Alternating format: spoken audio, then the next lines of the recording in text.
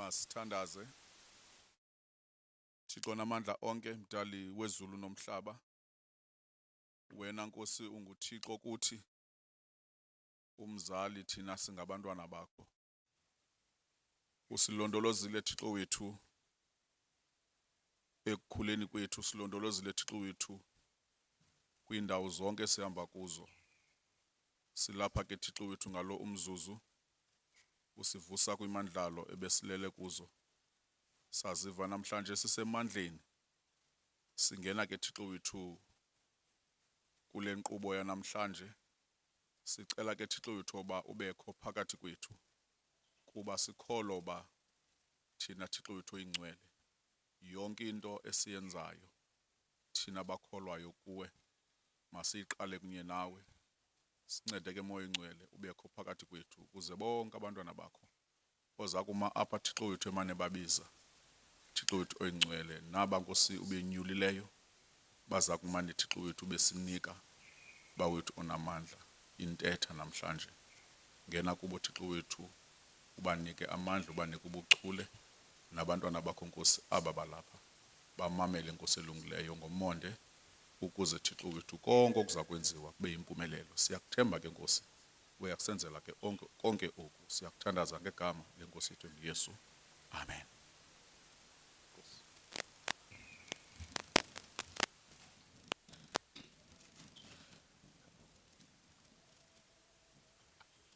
I'm tempted to greet in a queer language. In fact, Nabekua Duab Tikweni. Salutations, my brothers and sisters. Ikamalam Gusbusiso Mhaji, ndi suka kule ofisi ka IC yalapha Raymond Mhlaba. I will be your program director for the day. And for us to continue with the program, I would like Mr. Magazi to come up asking the purpose of the day. Yes, we are dealing with Heritage Month, but at the same time, we are dealing with a heritage of the country that is more than just Izituko, where we are from, and so forth and so on. Mr. Magazi, please come up.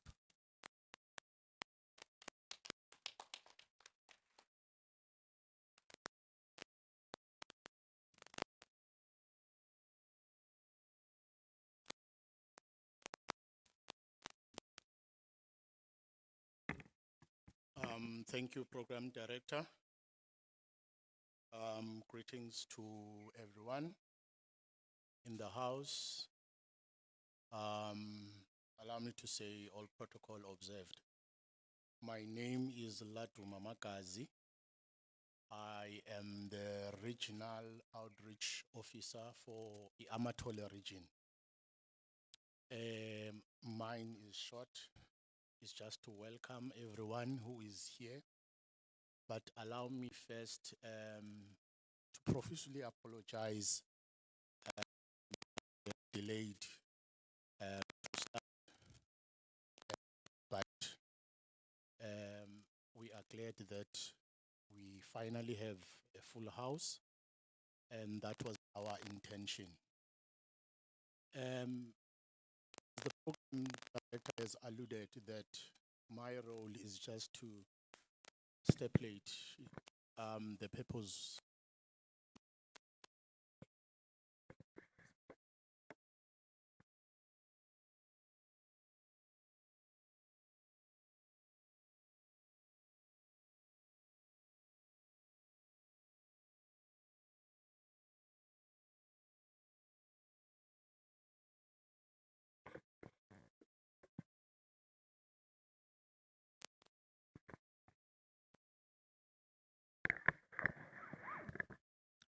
Thank you. Apologies for that. We are an organization that has functions and roles, and one of our functions as the Electoral Commission is to engage with our stakeholders We have a list of stakeholders, your political parties, your government departments, but amongst that, we have communities, that will include youth, elderly, and so forth. But today, we have focused on engaging and having a dialogue, specifically with the youth in tertiary institutions. We've been in practice for almost 30 years. And in all those years, we've seen a decline in the participation, specifically for the youth, what we called youth apathy.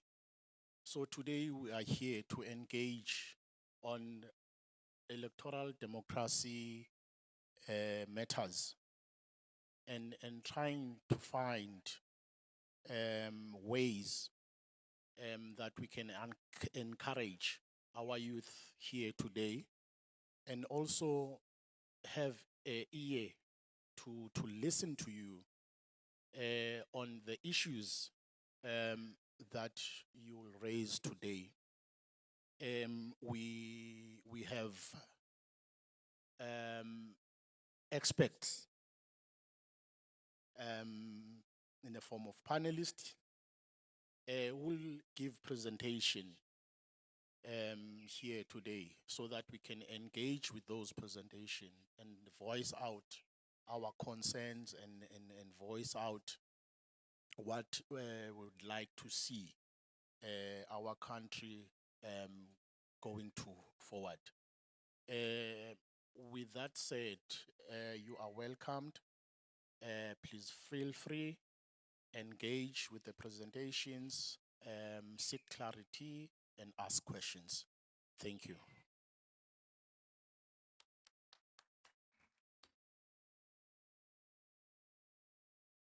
Thank you, sir. You know, the country's heritage, we have a heritage that's post 1994. That heritage that is expressed in the words on the coat of arms, and the words on the coat of arms, Iqe, Qara, Xe, unified in diversity. And today we shall be interrogating our belonging. When a Kwe language was chosen for the coat of arms, besides the Kwe being the first protectors of the land from colonialism, but it was also a languages that had disappeared from our lips as South Africans. And one of the reasons the coat of arms was made to be in that language is that we learn our new diversity. We learn our new identity as a people. So to interrogate the belonging, how do we feel if we belong into this country, and how does it affect our participation in the country's civic activities? We shall have Dr. Fobosi from the Nelson Mandela School of Law, which is in Fort Hare. Dr. Fobosi holds a PhD in industrial sociology from the University of Johannesburg, where his work examined the impact of government policy on the minibus taxi industry, and a master's degree from Rhodes University. Dr. Fobosi has contributed to the public policy through formal submissions on the economic regulation of transport bill and the public passenger transport market inquiry. And he has served as acting head of UNESCO, Oliver Tambo Chair of Human Rights, a widely published scholar And with that said, I would like to call up Dr. Fobosi on to the stage.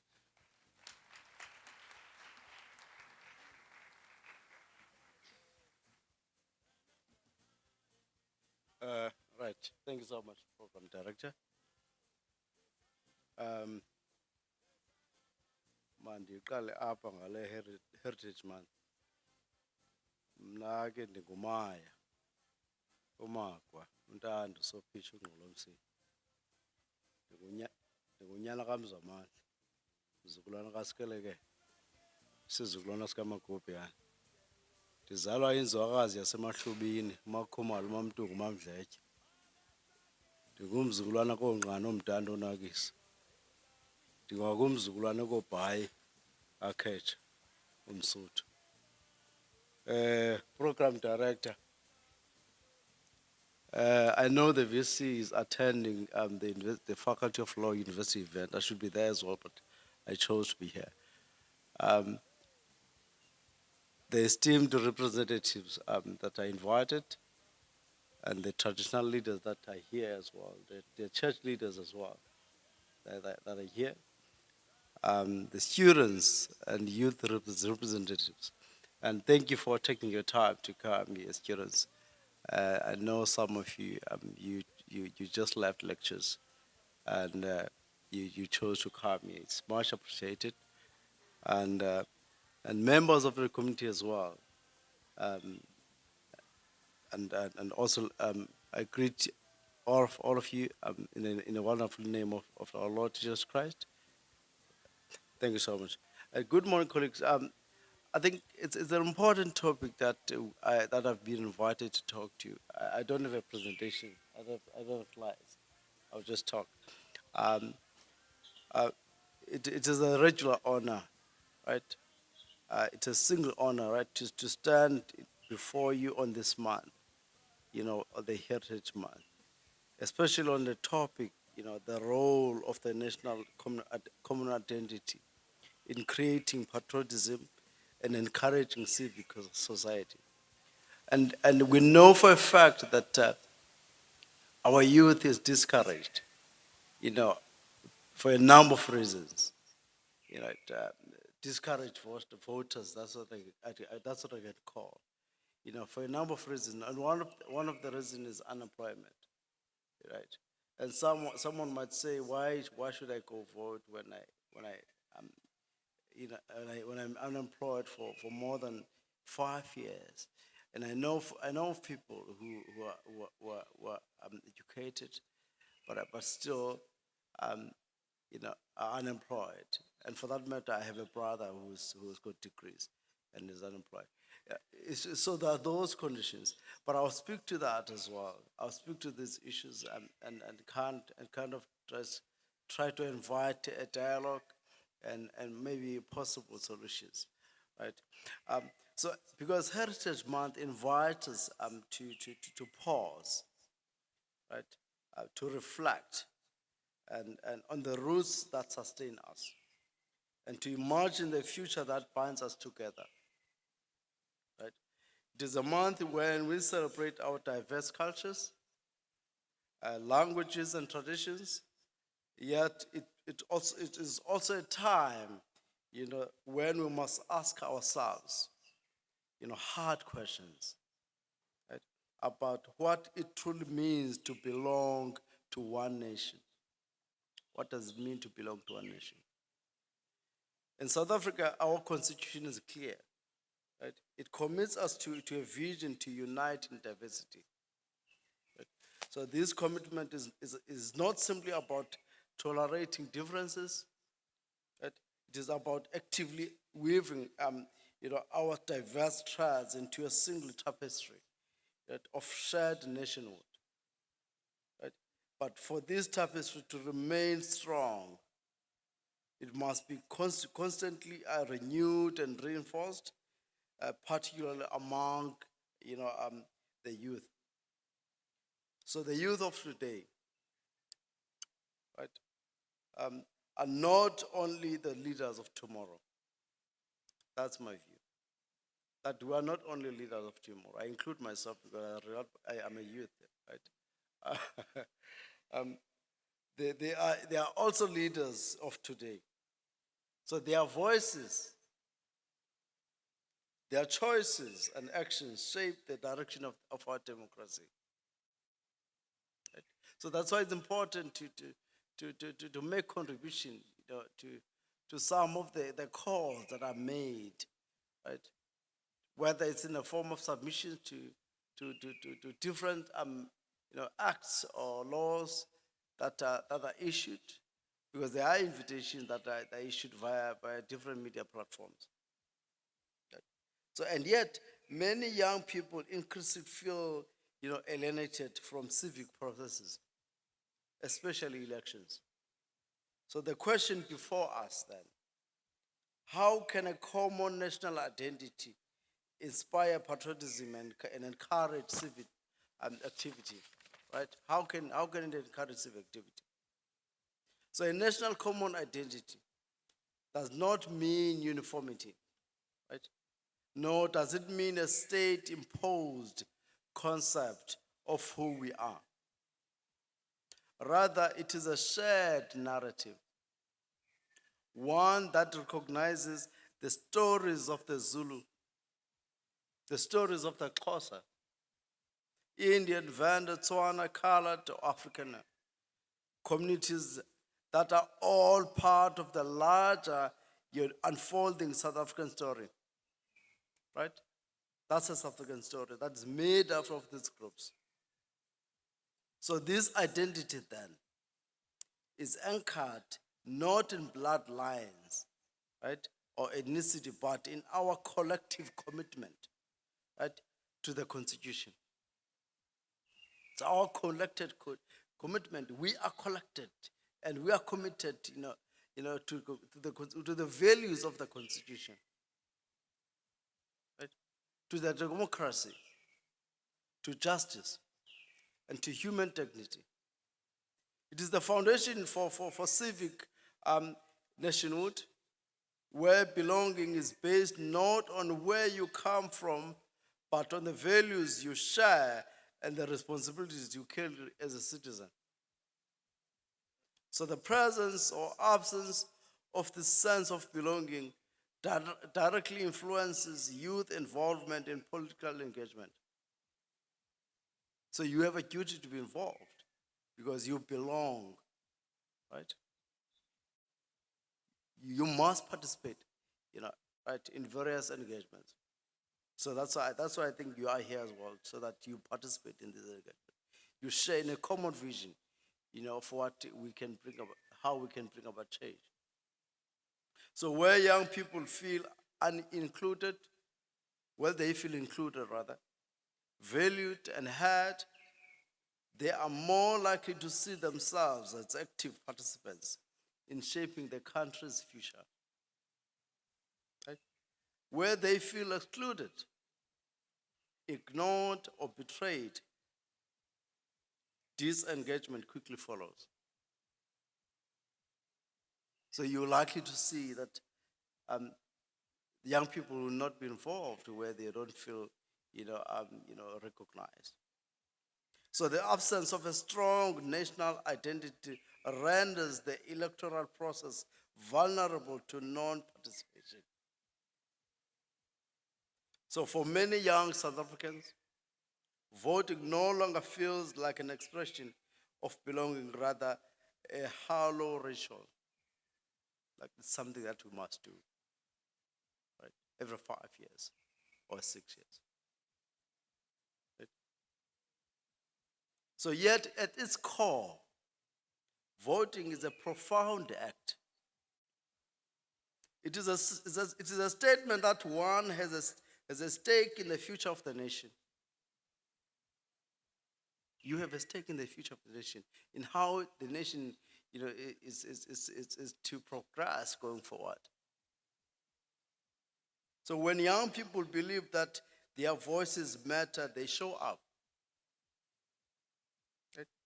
When they believe that their identities are marginalized, or when they see their economic prospects diminishing, the electoral process seems irrelevant. And that's what I started with. Right? In such cases, absenteeism from voting is not mere apathy. It is often a form of silent protest. It's a form of silent protest. Right? Protest, against some of these conditions that I started with. So it's a refusal to validate a system that appears to exclude them. So more worrying still, I think, is the phenomenon of deregistration, where citizens actively remove themselves from the voters' roll. This is not simply non-participation. It is a profound act of disillusionment. It signals that the relationship between citizen and the state has broken down. It is not that young people have no relation to the country, but rather that the quality of that relationship has become strained, defined by broken promises, inequality, and a painful gap between constitutional ideas and the daily lived realities. So when a nation constantly fails to live up to its promises of dignity, freedom, and equality, citizens may begin to reject the idea of national identity itself. They withdraw not because they do not care, but because they care deeply and feel betrayed, right? So then how do we build? How do we rebuild trust, given this context? How do we reignite patriotism, right? In a way that inspires rather than coerces, right? How do we start to invite, people that have been disencouraged, by the current system? I propose several interrelated strategies. And the first one is civic education that needs to be reimagined. So civic education cannot stop at teaching how to vote. Right? It must teach why voting matters. It must tell the story of our democracy, not as a static history lesson, but as a living narrative in which every young person has a role to play. We need a sustained nationwide program that teaches not only the mechanisms of elections, but also the meaning of citizenship, rights, responsibilities, and the power of collective action. Secondly, I also propose inclusive storytelling. Inclusive storytelling, where a common identity requires a common story. And this story must go beyond the liberation struggles against apartheid. It must also embrace the ongoing struggles, right, for economic justice, gender inequality, LGBTQI rights, and environmental sustainability. So our narrative must celebrate all South Africans, not just the political giants of the past, but also today's community organizers, cultural workers, entrepreneurs, and young activists. Public broadcasting, arts, school curricula should also play a role in amplifying this inclusive narrative, right? Such that there is involvement in schools as well, in the higher education institutions as well. The third recommendation that I propose is empowering youth through technology. So to engage young people effectively, we must meet them where they are, right? So social media platforms, are not merely spaces for entertainment. They are arenas of identity formation and civic debate. So technology can make engagement accessible, interactive, and relevant.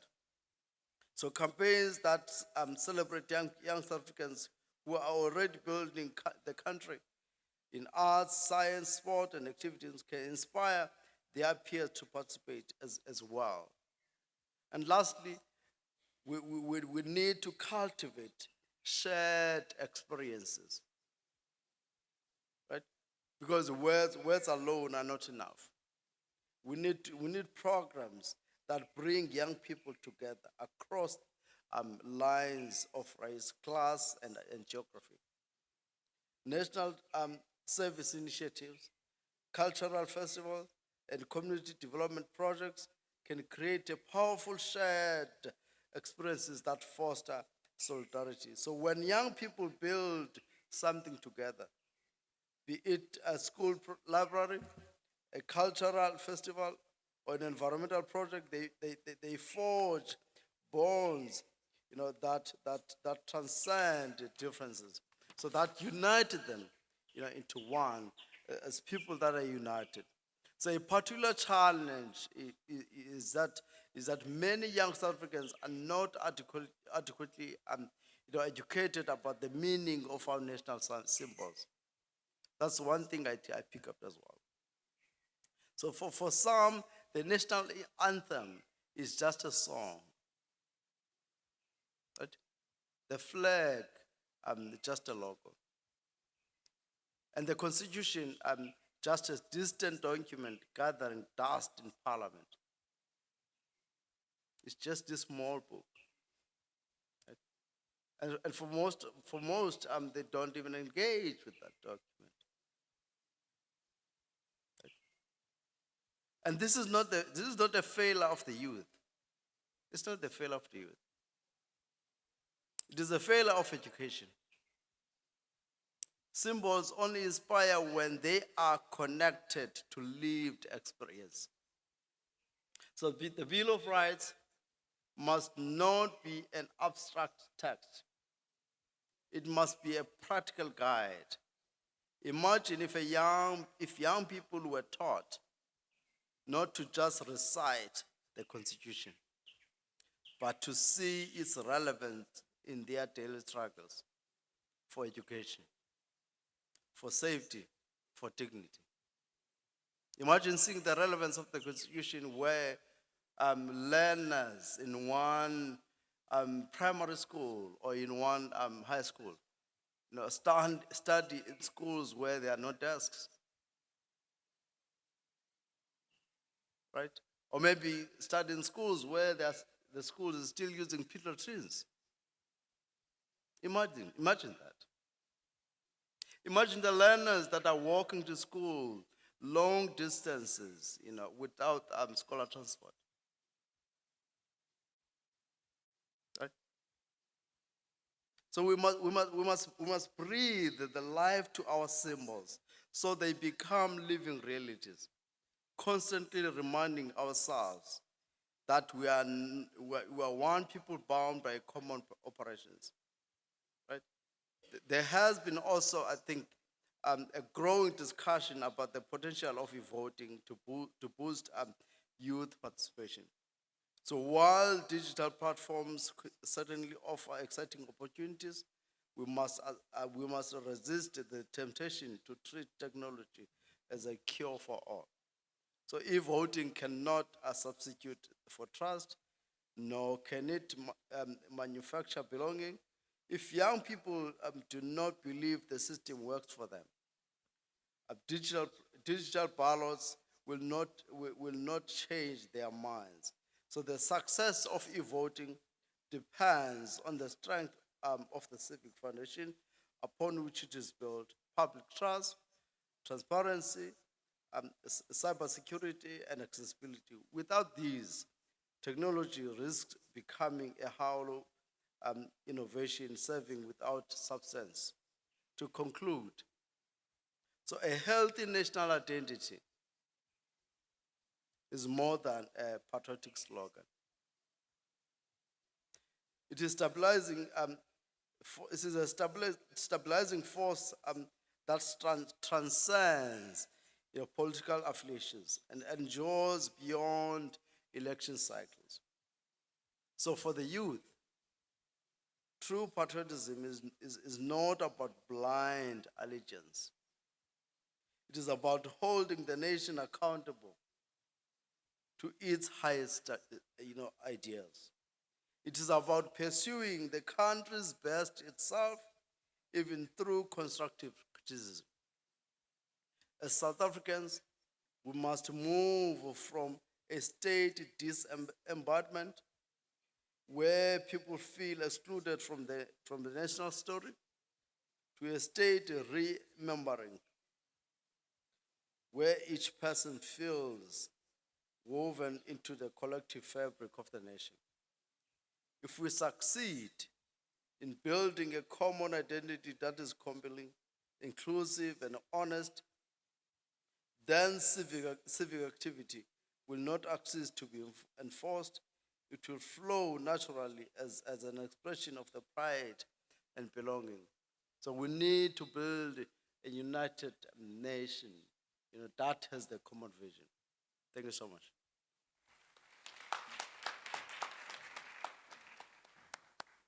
Thank you, sir. Earlier I was practicing my clicks. Dalibala nobulisa abantu ababalulekileyo kunam. Here we are not only the Raymond Mhlaba office of the IEC. We have all the Amatole offices and with our regional manager, Mr. Zwane, sitting in the table at the front there. We also have a representation from the IEC provincial office, Mr. Nodata sitting at the same table there. The IEC works with stakeholders. The municipality is one of important stakeholders because democracy starts at ward level. I'd like to say it starts at home, but it starts at ward level. We have the councillor for Ward 11 here. We have the Raymond Mhlaba Communications Department. And of course, your SRC has been assisting us a lot. They are present. Aye, why is that louder? But I'm thinking of the stakeholders because I'm going to call one of our more important stakeholders. They assist us quite a lot when we are trying to canvass and get people to actually be involved in the processes. I'd like to call upon Mr. Gala from the GCIS just to supplement Dr. Fobosi's words before we have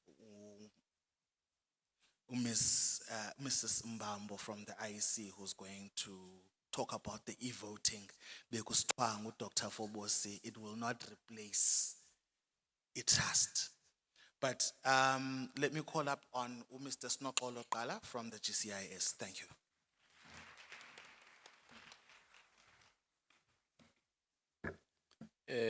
Thanks, Program Director. Greetings to yourself, guests on the stage, the IEC leadership and officials at large, student leadership led by the SRC, ward councillor, the local municipality, and for the student community at large. Igama lam ndinguSinoxolo Gqala, njengoba sikule nyanga yamagugu nenkcubeko. NdinguZizi uDlamini Jama kaSijata uFakade. Umtatele ingcibi noboya.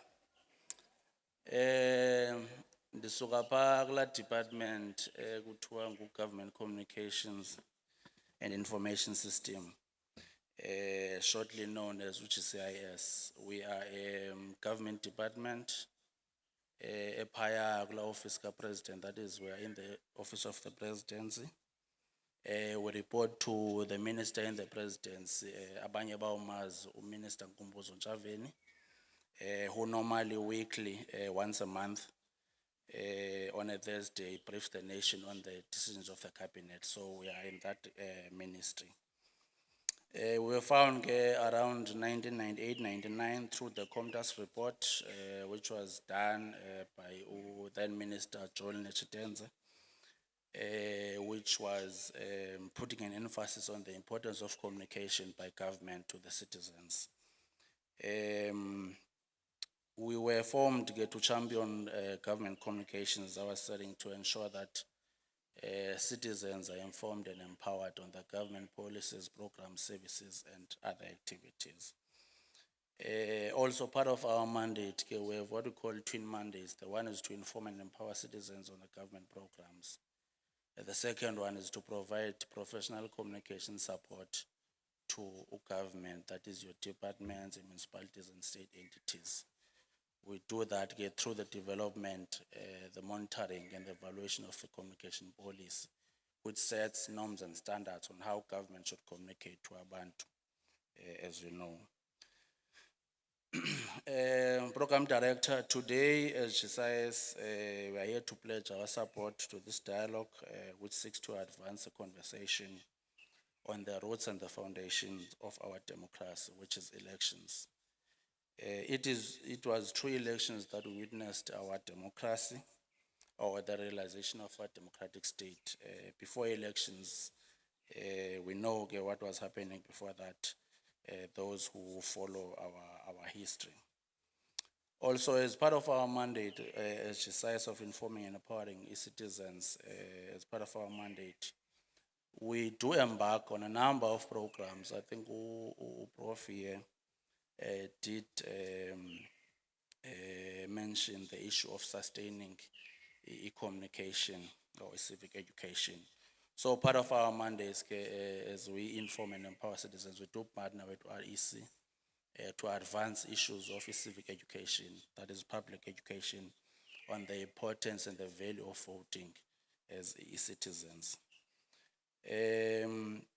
Also, we have seen the number through our interactions with IEC and citizens through our various programs. We have seen how numbers are dwindling at voting stations, as Professor I think mentioned also, instances where people deliberately deregister themselves from ballot, voters roll.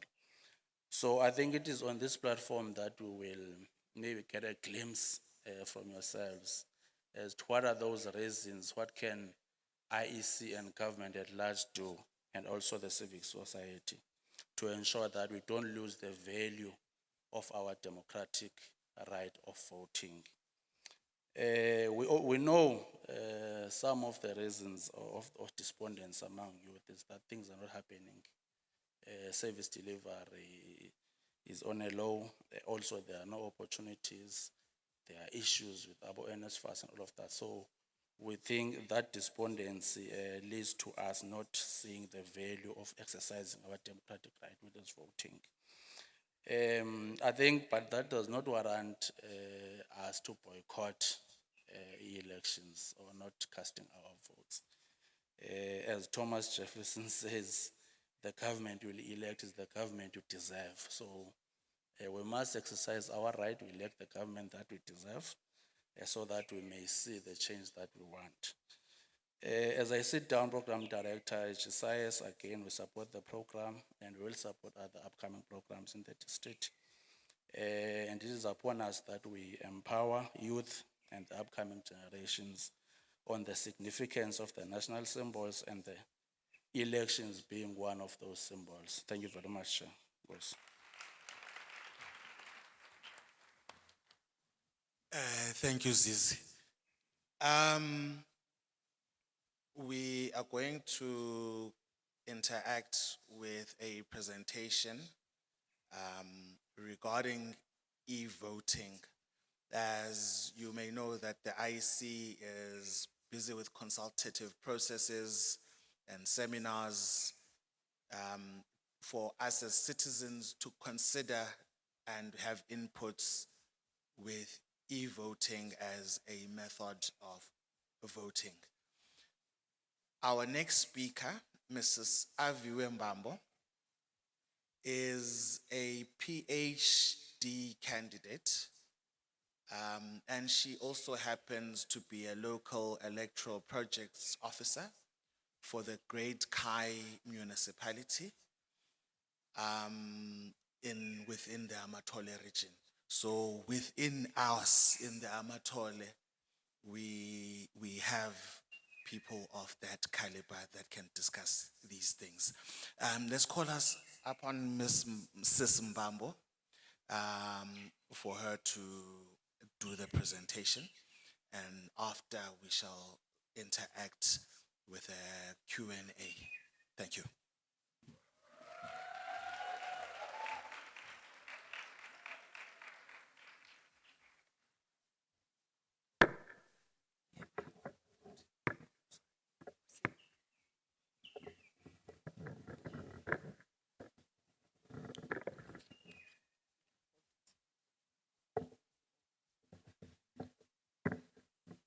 All right.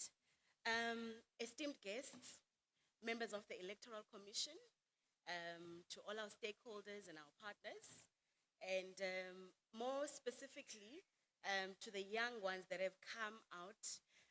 We always say that we have a problem of passive activation amongst the young people. They participate passively, but this is the first step to see that we are not passive participants, but we are actually actively engaged. So I would like to welcome all of you, and please give yourselves a round of applause for showing up. Okay, I hope that I am audible. Okay, with me, I've got a presentation that I would like us to pay attention to. This presentation talks about e-voting. E-voting, who has heard about this concept just by show of hands? You've heard about it, even if you don't know about it necessarily, but no one has heard about it. Okay, all right. So, e-voting is a concept that is being introduced. However, it has not yet been implemented. E-voting is simply a form of voting management that takes place through digital platforms, whether by using a computer device, whether using a smartphone device. All right? So just a brief introduction. Digital transformation is accelerating and it's unavoidable. For South Africa, we all know that most of us have smartphones, and research provides that up to 22 million South Africans are using smartphones. However, we are not ignorant of the fact that there is still a prevalence of digital divide. There are still those that don't have access to smartphones. But however, with the issue of COVID-19 or the pandemic that we had, we saw the acceleration and the speed up that we had significantly across the whole country, where everyone was becoming accustomed and used to using digital platforms for working purposes. We saw so many meetings that were held through virtual platforms. We saw so many young people also, I know a couple of institutions offer their modules also via electronic means through e-learning. So this is not a process or a concept that is solely individualistic or unique to the elections management, but it's a concept that is not avoidable, and the whole world is moving towards a more digitalized platform. Even at our social spaces, we are now using digital means to make ease of how we are living. We all know of our famous Uber transportation services. Most of us in this room have used Uber. Just by show of hands, who has used Uber in their lives before? Relatively, most of us. We also know we are now just buying ourselves food. You order and everything is a click away. We've got Uber Eats, and you've got your pizza, you've got your KFC delivered at your doorstep. So we have moved towards a digitalized world, and the IEC cannot ignore this. However, there are discussions that are being brought forward to say that there is a concept or there is an opportunity or possibility for e-voting. However, we cannot do or implement this process without taking into consideration the viewpoints and the suggestions and even the solutions to the risks that all of us are identifying when it comes to the implementation of this technology of e-voting. Like I've already alluded, the Electoral Commission is embarking on a process of advancing a public policy and a debate on the possibility and the feasibility of having an electronic voting system. Who is included and whose voices are those that we are looking for all levels and all South Africans in their different categories. We want to hear the viewpoints of the academics. We want to hear the viewpoints of the practitioners. Someone that says, I work in the electronic field, ESCOM. I work at the telecommunications field, and this is what I can advise. We want to hear the young people that are saying, we are not interested in voting because we are discouraged by the long queues. To hear what you can say, will this actually be appealing to you? Will it be attractive? Yes, of course. We cannot use e-voting as a platform to actually avoid or to look over all these other socio-economic issues that we are concerned about. But does that mean that we must not progress and advance in terms of managing elections? Absolutely not. The whole world is moving towards a digitalized platform. We need to also advance and enhance our electoral processes and systems. But at the same time, your voices do matter. So, one of the most crucial things that one would ask is that whenever there is going to be an amendment to a legislation, you will always hear that there will be big talks on public participation, where there must be an open indaba and people must give their viewpoints. And in this room right now, that is the kind of a situation, or that is the kind of a discussion that we are trying to have. Remember, an election process is guided by a type of a legislation, and we normally call that the Electoral Act. Whether it's an act that is going to prescribe or to guide us on how to conduct national elections or local government elections, that legislation must be relevant to the tools of trade that we are using as the Electoral Commission. Right now, that act only speaks of the manual ballot paper.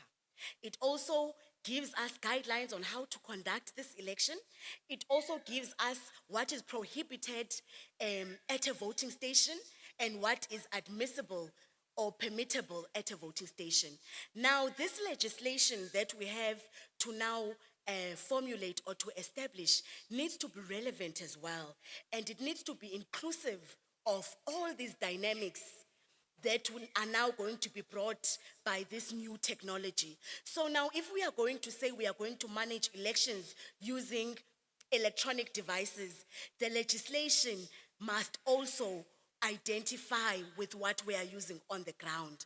If we want to have rules and regulations that are going to prohibit certain aspects when it comes to the management of elections, the legislation that we are using must also be relevant and say to us, if you are going to use this application, you cannot do A, B, C, and D that could be found as being fraudulent. So there's a lot of things that we need to take into consideration when we are having this public policy. The risks that are posed by introducing this technology, those are going to come across from the floor. Also, the solutions are going to come across from the floor. So this legislation that we are trying to build must be able to be comprehensive and all-rounded, and also relevant and practical to our realities on the ground. All right. I saw that on the ground when I asked, do we have knowledge on e-voting? There were no hands. So, e-voting is just an electronic manner in which we manage elections. There are two types of e-voting systems. The first type of a system is your i-voting. This kind of a voting process is when you are going to be voting at the comfort of your own home. That is when you are going to be using a smartphone, or maybe you log onto a website using a link on your computer and you start your voting process. And then the second kind of a voting process that we have is your voting station, or what is popularly known as your polling station visit.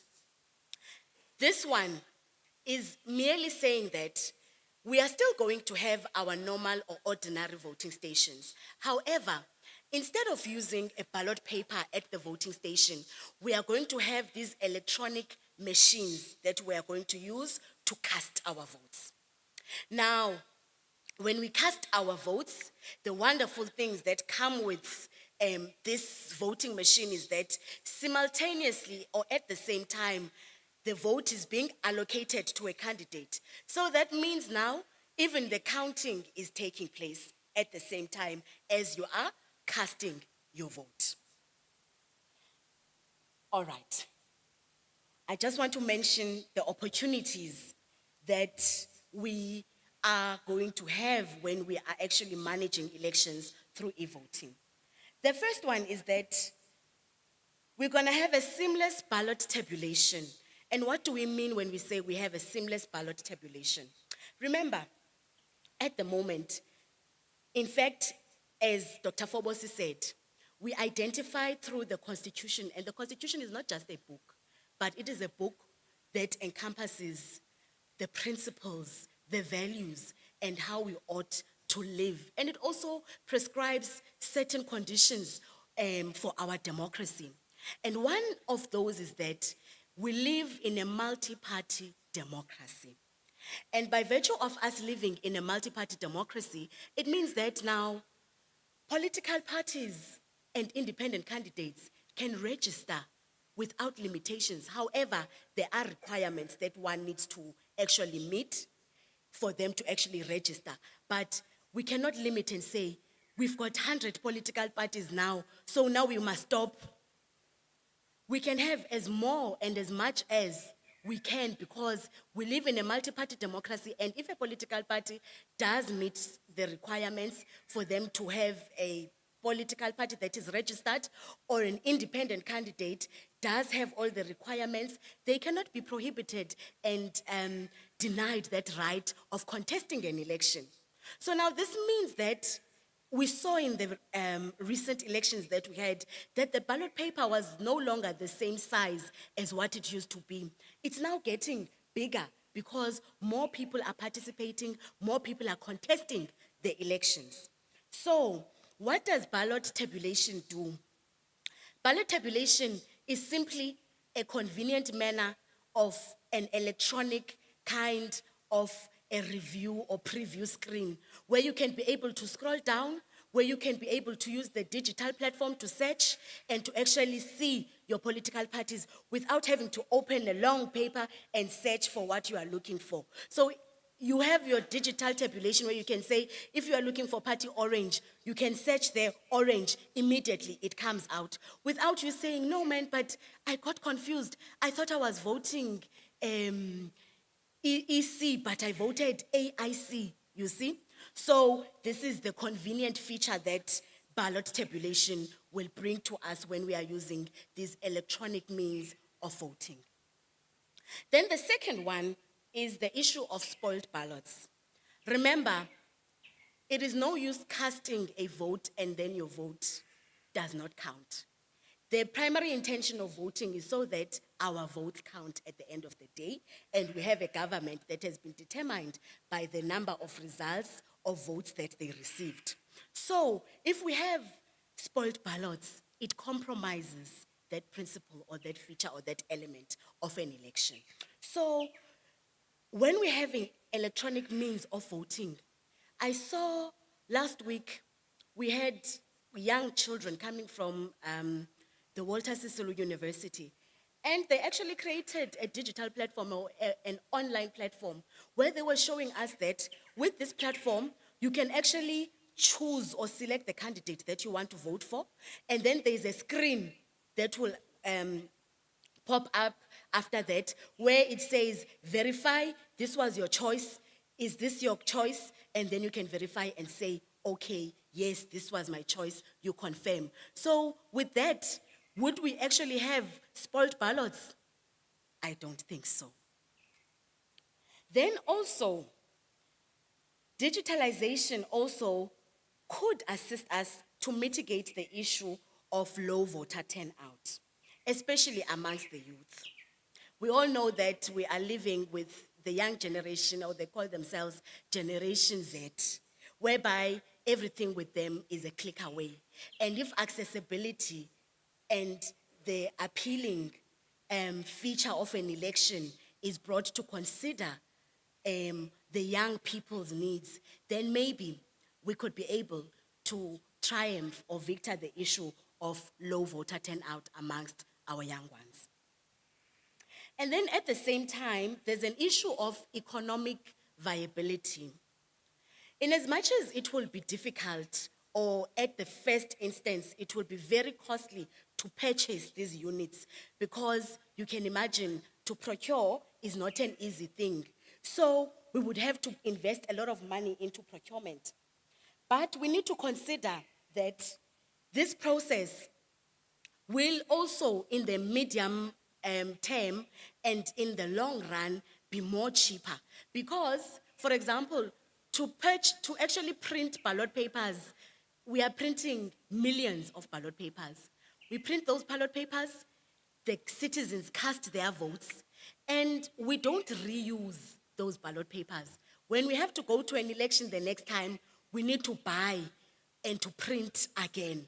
So can you imagine, with these voting machines, they can actually be reused. So there will be no printing or continuous printing of ballot papers. We will be able to manage, to monitor, and to maintain the machines so that they can be reusable. Another factor when it comes to either economic viability is the issue of storage of the ballot papers and also the transportation.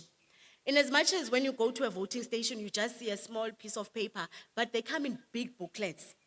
And those booklets need to be stored safely and securely.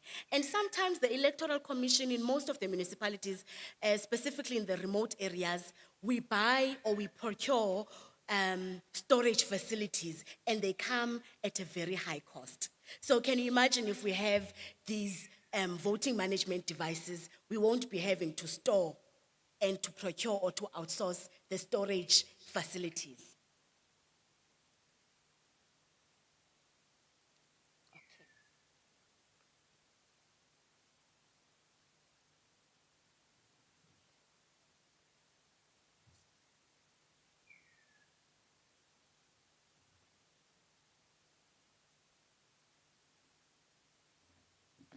Nansi technology geza kodwa nifuna uvota ngayo.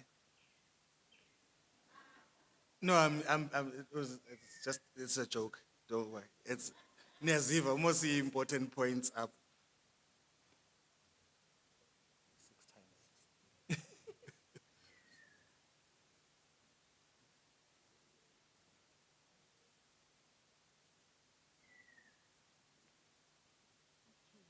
Okay, just one thing I need to do for you. Let's do this. 10 minutes. All right. Thank you for your patience. Okay, all right. So those were the opportunities. Also, the e-voting platforms will not only cater lopsidedly, they will also assist. I know that there has been concerns from the elderly, there has been concerns from the disability unit, but these units will be able to have configurations or settings whereby there are audio sounds to assist those that have got problems hearing.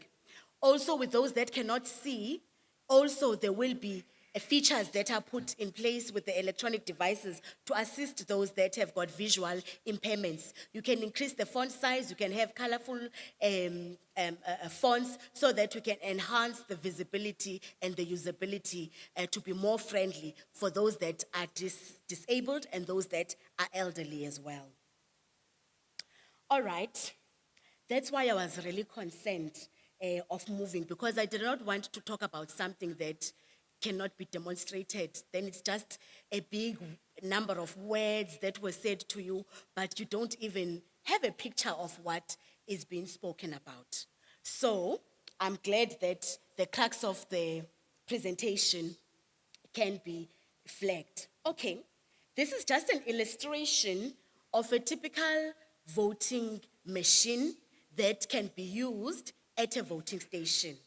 Remember, the IEC has not yet decided on a type of an e-voting system that they are going to adopt. All of those suggestions are going to come from the public or the community. It is the public that is going to say, even during this session, that is going to rise during the question and answer session and say, we, looking at the risks that are involved, would advise that based on the realities or the infrastructure or whatever of South Africa, we think that the i-voting could work, or we think that the electronic voting at the voting station can work, or both can work. So we are going to hear all those views from you guys, but I just want to do a quick demonstration. All right, this is a voter verifiable audit trail. This machine is used at the voting station, but it has got a feature to it, which is a paper audit trail. Okay, most of us have been to a KFC outlet, most of us have been, ne? McD's, McDonald's, we have been, right? When you go inside those outlets, you will find that you will make a purchase of your order. And then when you go inside, you don't necessarily go to the teller, but sometimes you even go to the machine that they have at the outlet. And when you place your order, they give you a receipt that has got a reference number that can be identifiable or linked to what you ordered. So this is exactly what this kind of a machine does. This machine will allow you to cast your vote at the voting station, and then it will give you a piece of a receipt, and that receipt we can use to audit and say, no, if we are not certain or satisfied with what results the machine gives us, we are able to go back and verify manually. So there would be a voting station with this kind of a machine, and then this machine will have a receipt that will be printed in two folds. There will be a receipt for yourself as the voter, or one that goes inside the voting station into a ballot box, so that we can be able to audit the results should we not be satisfied. Now, this kind of a machine, you would ask yourself, where are they using it? They are using it in India, they are using it in Brazil, Venezuela, and the United States of America. Then the next kind of a machine that we have is a voting recording equipment. What does this machine do?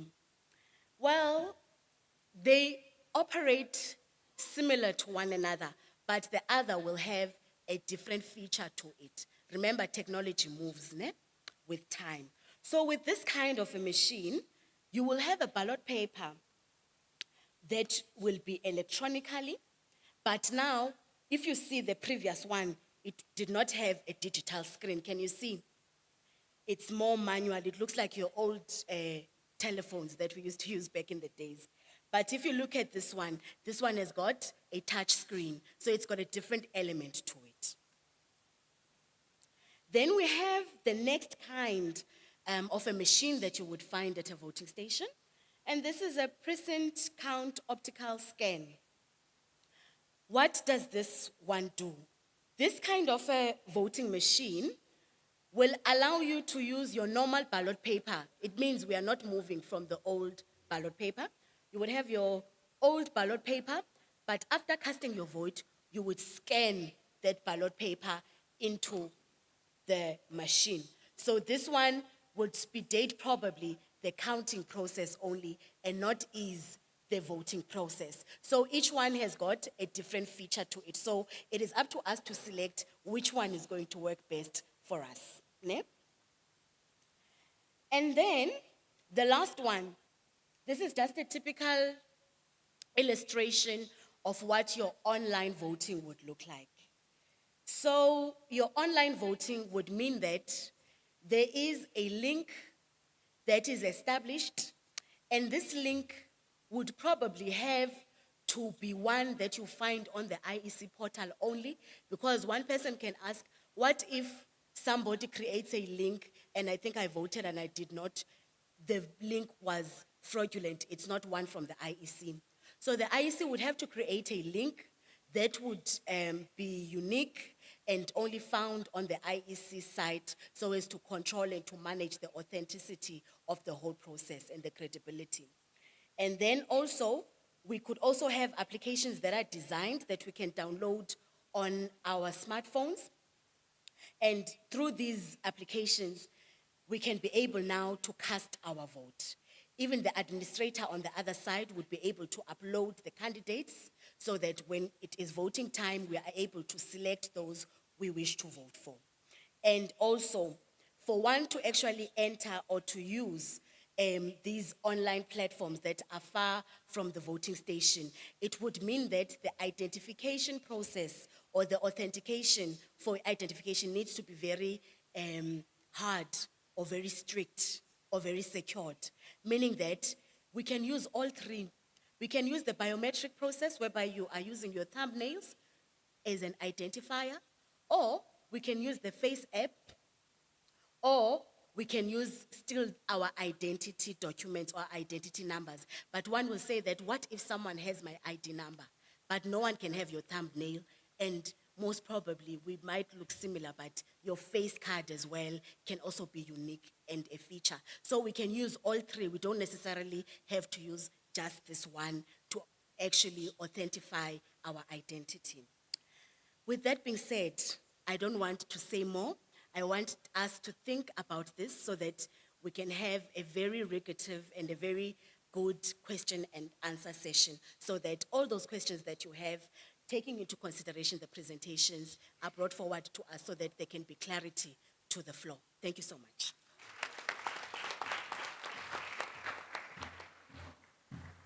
So, Madlom, kule ndaba ye-face card, ndike ndive kuthiwa i-face card iyadecline. Kuthiwa hayi yo i-face card iyadecline. So, I think mna wam umbuzo uzawuba phaa kwi-declining ye-face card. But I also realize another thing. It's only you and I abangakhange babize iziduko zabo apha. And I'm going to call out some ndizibize ukuba mna ndinguqhamela unokwindla umalambe endle udla inyama enyamakazi. Now, with that said, there's an institution I did not acknowledge its presence yayo. And funny enough, that's the institution I graduated from. Can the Walter Sisulu University students who are here stand up nje, so that we can acknowledge you?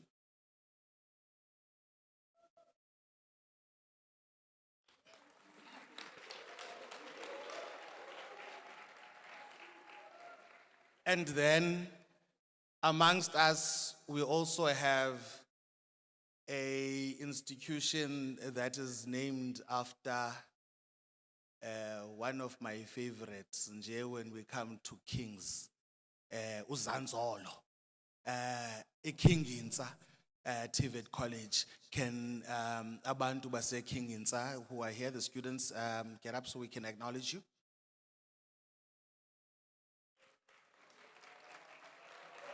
Right. Okay. Okay. I like this vibe. Singena kwi question and answer session was ne. Naba ube tubaya nyuka. Noko. But before we go to our question and answer session, let me call the premier of this here institution, Sikuyo. You know, kumnandi uba sedikeni because xa usedikeni usurroundwa nje yi-history eninzi. Kulo nyaka, we have a Lovedale that's around the corner turning 200. We have a Forte, which is one of the oldest universities you're going to get in this country that has people of a certain hue, not the palm side, the back of the hand side here by me. Can we have Mr. Bandile Nyandeni from the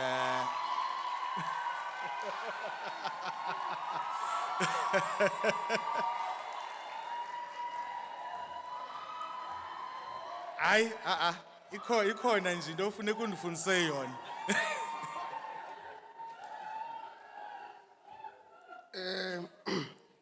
Let me say all protocol observed.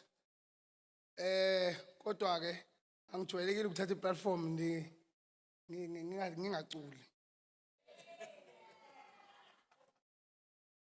Kibeli pase helanga kethelale balokote.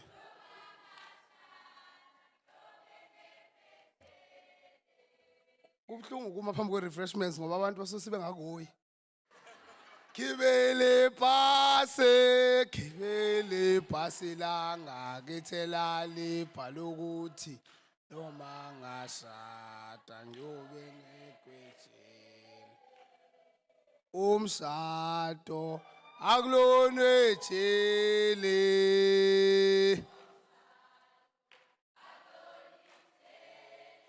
Noma ngashada ngiyobe ngekwetshele.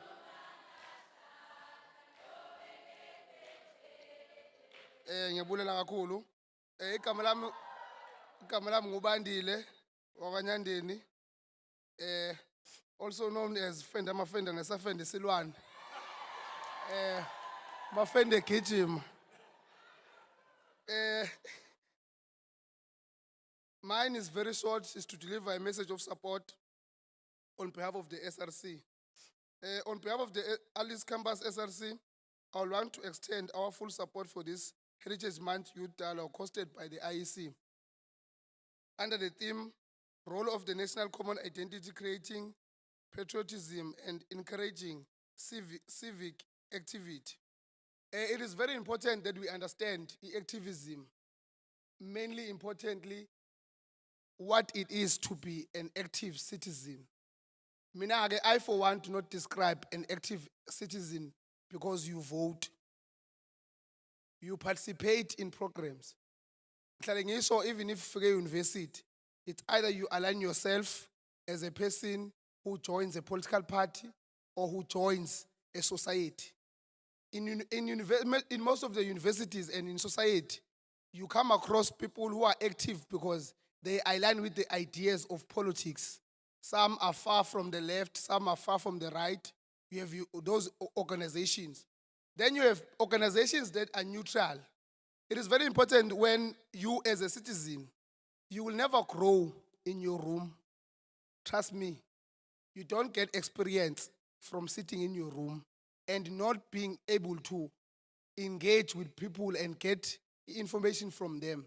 Because I best believe if we can have a dialogue for the whole day, I will get to know, even understand the environment as a Timbaza when I've never been to Timbaza.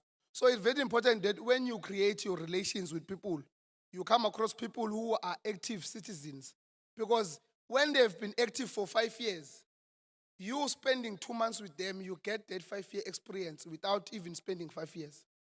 So it is very important that being an active citizen, it is not only when you go and say, "Sekwama election now you participate." No. And also it is not only about uma we active citizens who are involved in politics. There are people who do not like politics because they feel like politics are toxic. In as much as you can't run away from politics because there are so many explanations of what is politics. Politics, some explain it as to say, it is about making decisions as to who governs and how that person governs. And at some point, you can't run away from that we are a democratic state, and the people who governs are the people who will make decisions about our health, our economy, about everything that the life that we are going to live. So it is very important that you, as an active citizen, not only to voice out your concerns in organizations, maybe, but in societies. For example, there is what is called a psych here. I know coordinator is here, the former president of this university, AP. The psych is a body that is not constituted by only organizations that are political, but societies also that are non-political, because at some point they do have their own values. Iyonke institution, na yonke organization, ine principles, ne values zayo as upholdayo, ne role ekufuneka iyenze to create an inclusive society. So lo society leyo, i-roles yayo funeka yenze so kuba zi-represented, i-voice yayo ne-views zayo funeka yenze so kuba i-represented. You have in the University of Fort Hare, electors. You've never seen electors taking a stance in terms of politics, but they do have their own values that they upload. I, for one, know that we have collaborated with electors in terms of the Entrepreneurship Center, because the values and the views that they hold are the one for improving the economy, ensuring that the youth is also involved in terms of the businesses and everything. So I, for one, would like to support this program and say, may continue. IEC, singawuboni kuphela uzosivotisa noma uzosiregister, but come to us and engage us, and also bring so many refreshments. Bangalibala ama refreshments. So we support this program, and may we continue being an active citizen. Thank you very much.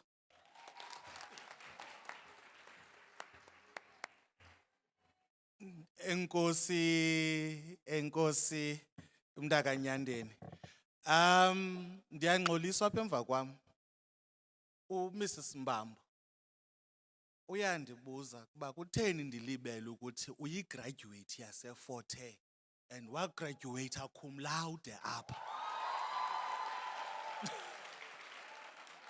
I am getting a bit tardy. You know, but nindenza nervous. I'm in Ngqondweni right now. Kudlala Benny McCarthy's lines. You're making me nervous, man. I think within our program, we have come to the section of a question and answer session. We'll have a roving mic. You call your mic Ella Park Fuchan. Let's identify people who have questions so that we can interact with the material. Oh, yay, Suka. This is going to be fun. Ikon, ingaphi le mic. Ten ndingatendi ibone. Yes, masiqale kuletafile. Political. Ikona letafile. And then siyeza. We're going to interact Suka. But I think let's sijonge around one person per table. Ekuqaleni. Maske sijonge at one person per table, then we're gonna come through. Thank you very much. Greetings to everyone. All protocol observed. That township which was mentioned from a premier from Etimbaza. I have a question 3. First question is to the people of IEC. First, about the allegations of corruption within the IEC. We know that there have been some allegations of corruptions, which I can say there are corruption in the national level, but in this local level, that are they true that IEC collaborates with these big spenders, big donors in order to rig votes? Because what we experienced last year, we saw DA being in number 2. We all know that DA wasn't supposed to be there. It's a reality.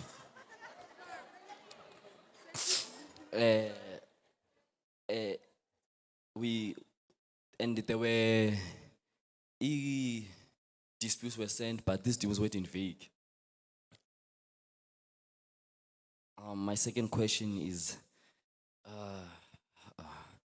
what does IEC do or say about the issue of donations that are below the threshold of 100,000 that remain undisclosed even today? Because we may not know that that person is a drug dealer that launders money to the state organization. And my last question, why IEC doesn't have limitation of political parties that contest election? We have about 600 political parties that contest.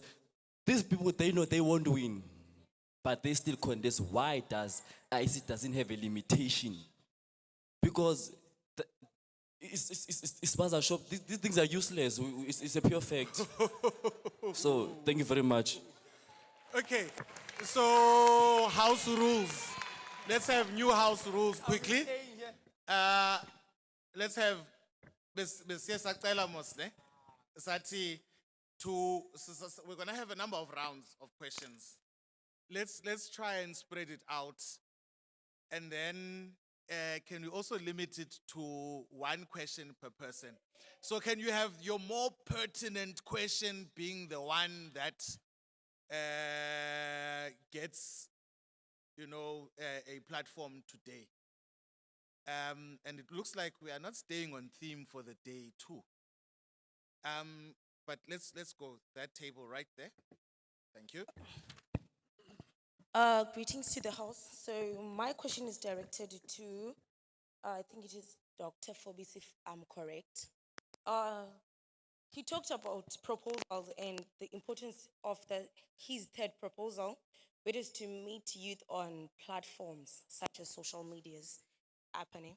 So my question is, since the youth is disinterested on voting or anything that is governed by politics regarding the fact that we are living under law, how does IEC and stakeholders plan to use social media platforms to attract and also engage youth so that we will be interested into coming back and voting for our governance? Thank you.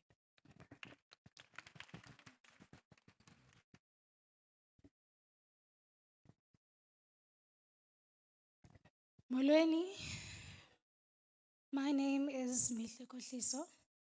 I'm a student at the University of Forte, and I am also a student leader. Ngokokuzalwa ke ndingowaseMdantsane, Ward 21.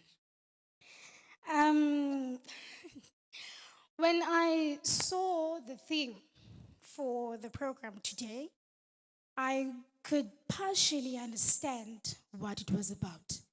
Because in my understanding and my comprehension of heritage, and when we speak about common nationality in gatherings like this, so I was expecting maybe if we're in a different place to see multiple races, blacks, whites, coloreds, Indians, because we're going to speak about the common nationality of South Africans and also speak about heritage.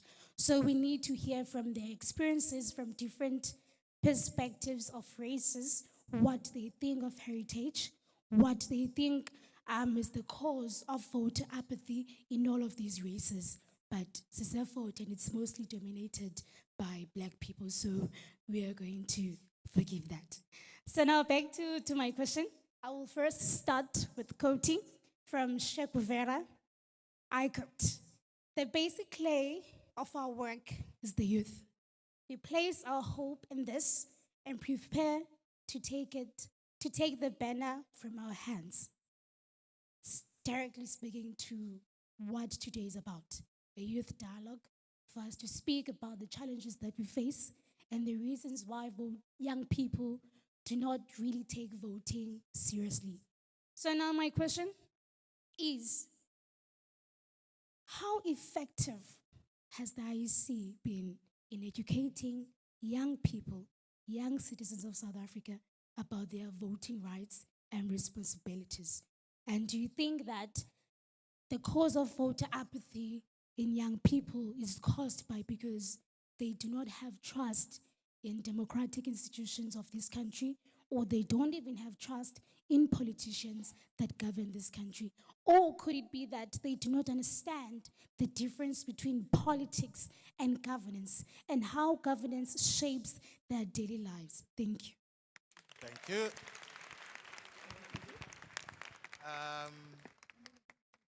Nansi ngitafile ngapha right at the end. Yo. Jonga. Yacaca we're in an institution of higher learning. We are not here to play games. Thank you very much, MC. Igama lami nguSibusisiwe. I have to. Get up, stand up. Sanibonani. Igama lami nguSibusisiwe wakwaNdaba, uMadela umjiyakho umthiyane. Ngisuka KwaZulu Natal, but I'm currently here on studies, which I will not disclose. I had a few discussions and questions, but it's okay. I'll just stick to the simplest one that I have here. On the e-voting part, I heard you mention, Uguti, you have features that will be accommodating the disabled, and my interest was piqued there. On the features, how will the features work, especially regarding people who are living with blindness and hearing impairments? How will the features work in terms of keeping their discretion? As we know, my vote is my secret. So in terms of keeping their discretion, how will that work? And just a comment in passing on previous speakers in terms of youth engagement. I think lento siyikha phezulu in most times. We have to be engaging in terms of the current status quo, because now we cannot convince the youth to engage when what they see, they go to the future is in the youth's hand, but what we see in the current status quo is old people governing everywhere. How are you encouraging the youth currently, as in the status quo? Don't convince us in terms of this freedom was fought for, this freedom, previous heroes, yes, we understand, but we are now here. That's why they fought, so we can move past the era of oppression. We are here now. How are you moving with the current status quo as the IC? Thank you. In the interest of time, all protocol observed. I will be brief like a miniskirt. It's a comment and a question, simple. The issue of national common identity and whatnot. I think basically right now, there is no, as South Africa is not a nation, because a nation is described in terms of class, economy, not race. Given the current circumstances that our people find, the conditions, lack of service delivery, that is not satisfactory. So I agree with Dr. Phobos that some of the problems that talk about voting can actually be derived from the fact that there are issues in terms of economy and economic classes. But my question briefly is about, I've been looking at Electoral Act of 1998. That is a general provision that guides IEC. If you look at chapter 5, I think it's section 58, it speaks of party agents or observers. I wonder, in this e-voting, are people going to be allowed to be viewing computers? I'm just imagining, because this is a new phenomena. Because in a normal and a physical way of voting, there is a box somewhere.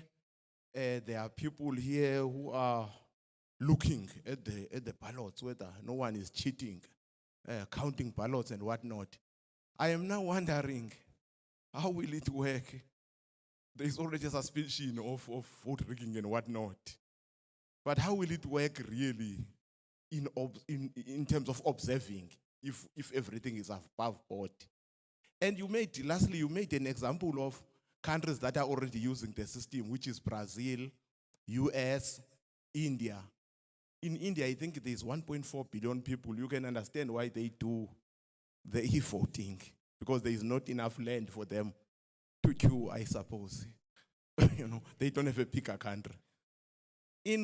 As I'm talking to you now, in Venezuela, in US, there are protests after elections because of this e-voting. So I'm looking at whether IEC na capacity yakhe izawukwazi na ukufikelela. Enkosi kakhulu. Thanks. Thank you. So for this round, we're going to open up another round of questions. But let's deal with this round of questions first, before they forget what was asked, because there's also that element. And then we'll also open up some of the answers to some of the questions that we had earlier to our management to deal with some of the brushes with those things leaning towards thinking that we rig elections. You know, I was looking at one of these Facebook posts, advertise we posts, kuyabuzwa yintoni qualifications, experience in rigging. And I was like, no way. So we need to quickly dispel that one so that you guys understand that that is almost near impossible. So we'll get our regional manager to handle that. But we'll deal with the other questions here on the stage, and then we'll open it up to other colleagues too. But let's start here. Doc, you want to deal with the country being not a nation? You know, this thing of us being not a nation when we are a nation in law, something we need to deal with. You want to deal with?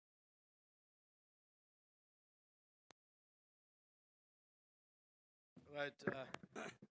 Thank you so much. Thank you so much. Let me start here. I think there was a question around social media. How can IEC use social media platforms to engage the youth? Look, I spoke to this briefly.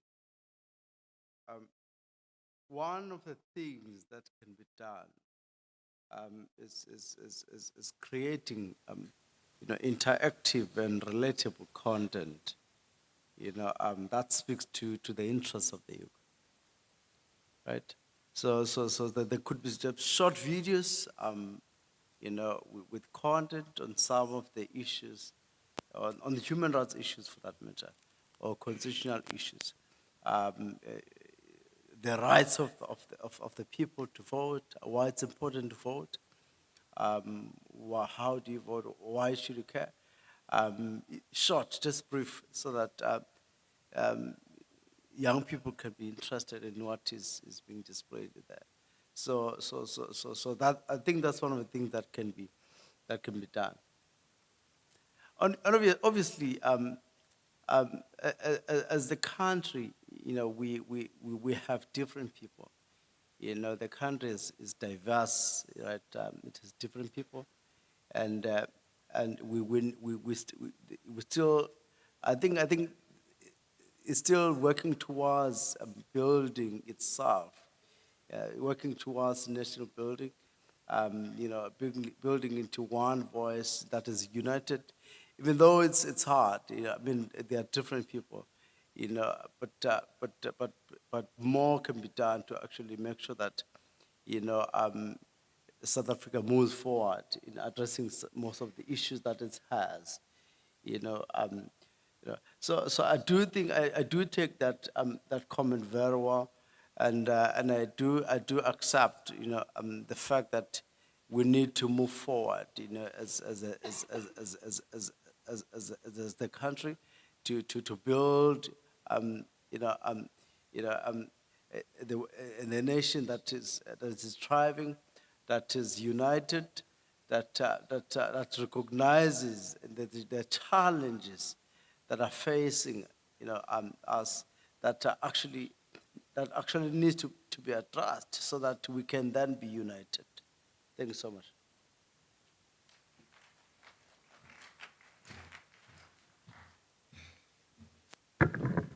Right. Thank you so much, Dr. Fobosi. Okay, let me attempt to ask I see I have the hottest seat clear round. Sham, you'll be lenient next round. All right. The first question that was asked was on the allegations on corruption. Are those true or not? Okay, let me attempt. I saw that the arrest will also uzayiqhobosha. Well, for starters,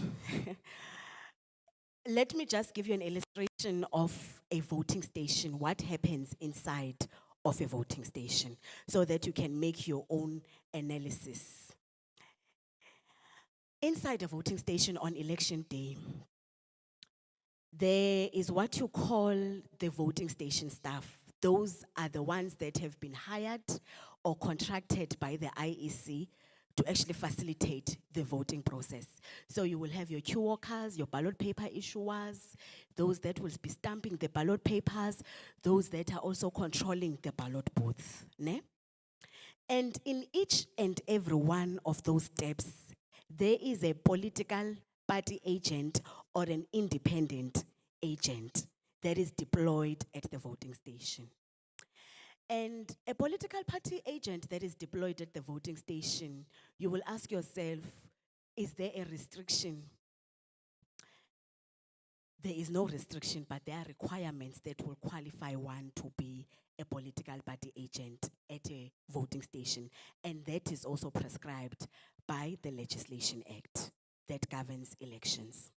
Now, each and every political party is permitted to deploy 2 agents at a voting station. An independent candidate will also deploy a candidate to observe the process. This process of observation is there to enhance and to increase transparency. And the political party agents that are at the voting station, they are not only observing, but they also have an obligation to raise objections whenever in any of these processes there is an irregularity that has been detected. So for example, from the casting of the votes, we find that someone will come, they are issued a ballot paper, someone is observing, is this person receiving the correct amount of ballot papers, so that you don't find that one person is receiving 6 instead of 3. Ne? So someone is observing that. Somebody is observing that, are these ballot papers stamped? Then the person goes and casts their vote. Now, the secrecy issue is maintained at the ballot booth. How the person selects or what they decide to allocate their X to or which political party is upon them. They cast the vote, they close and they put inside the ballot box. That also we have somebody observing to check if the people are really putting the correct ballot papers inside the box. But we do not have a right to discriminate against secrecy. Now, the issue of secrecy, I want to address 2 answering this question because somebody also raised the issue of secrecy. Now, I want you to remember this. In as much as we are maintaining secrecy because you are voting and your vote is your secret and it's your right and that must be observed and protected.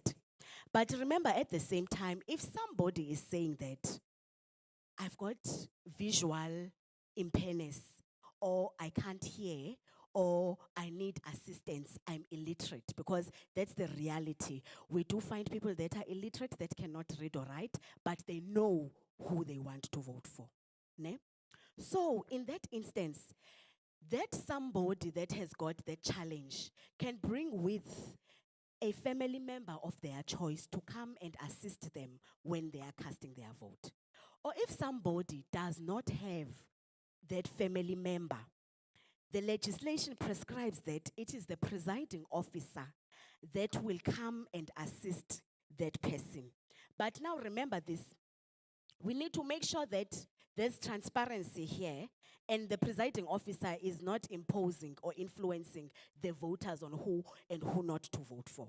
So to enhance transparency, because remember, the minute you say I need assistance, then it means that secrecy issue will now be compromised because you yourself are saying that I need you to assist me in doing my selection. So we have to observe that request from the voter. Then, in that instance, the presiding officer will not assist alone.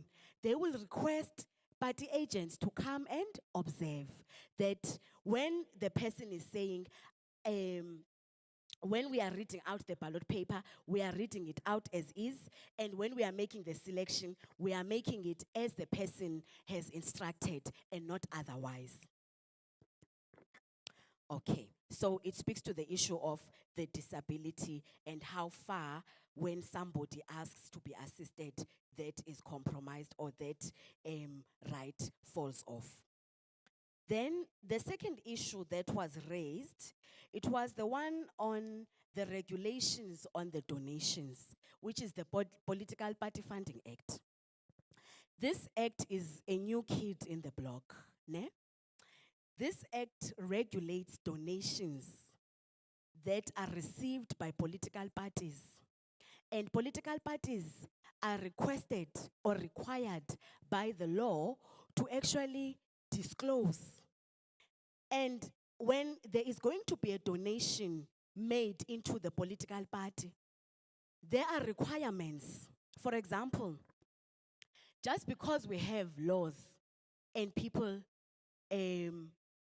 decide to comply and others decide not to comply, then law needs to be effected and implemented so that those that are not complying can be held accountable. But what does this Political Party Funding Act do? It regulates to say you can only receive a donation of up to 150,000 rand from one organization or one entity. You cannot receive donations from a foreign state or a foreign agent. No, you cannot. And when you receive from a foreign state or a foreign agent, it must be for the purpose of training and capacitating the political party. And this amount of 150,000 can be both in capital or in kindness. What do we mean when we say in kindness? Somebody can give you maybe 50,000 rand and they say, no, I'm going to sponsor your catering. You are having a training session, all your trainees, I want to give them 50,000 rand. That amount did not come in the form of capital, but it was in the form of a good that was given to you. So that must also be evaluated and disclosed. So if somebody gives you catering worth of 50,000 rand, next month they give you 70,000 rand in capital, both those must be combined and then a disclosure must be made to say that from this entity, I received this much in good and this much in capital. Therefore, the total is. So it regulates that. And should a political party be found in contravention of this act, then there are regulations on how that political party must be held to account. Then also there's an issue here that is being asked and it's very popular in the tertiary institutions to say, why can't the IEC limit the number of parties that are contesting elections? Because we have a parliament that where a political party will gain seats in proportion to the number of votes that they received. So people are saying this thing is an employment kind of a thing. They just want to get there. Ne? But one thing you must remember, we live in a multi-party democracy and we cannot close and say that, no, no, no, no. If you're coming with this ideology, this is a new one. If ever we had a cap, can you imagine we would probably not have perspectives that are coming from the EFF on economic dispensation and economic revolution? Because we would have maybe said the ballot or contesting political parties, we have already so much. Then it would mean that there's a certain group in the society that is not being represented. Even amongst you young people, maybe some of you want to open a political party and you feel that there's a gap that needs to be closed. And for that gap to be closed, you want yourselves to be there contesting so that there is representation for your own that also identifies with your ideologies or your needs. So that is what we call a multi-party democracy. We embrace all the ideologies.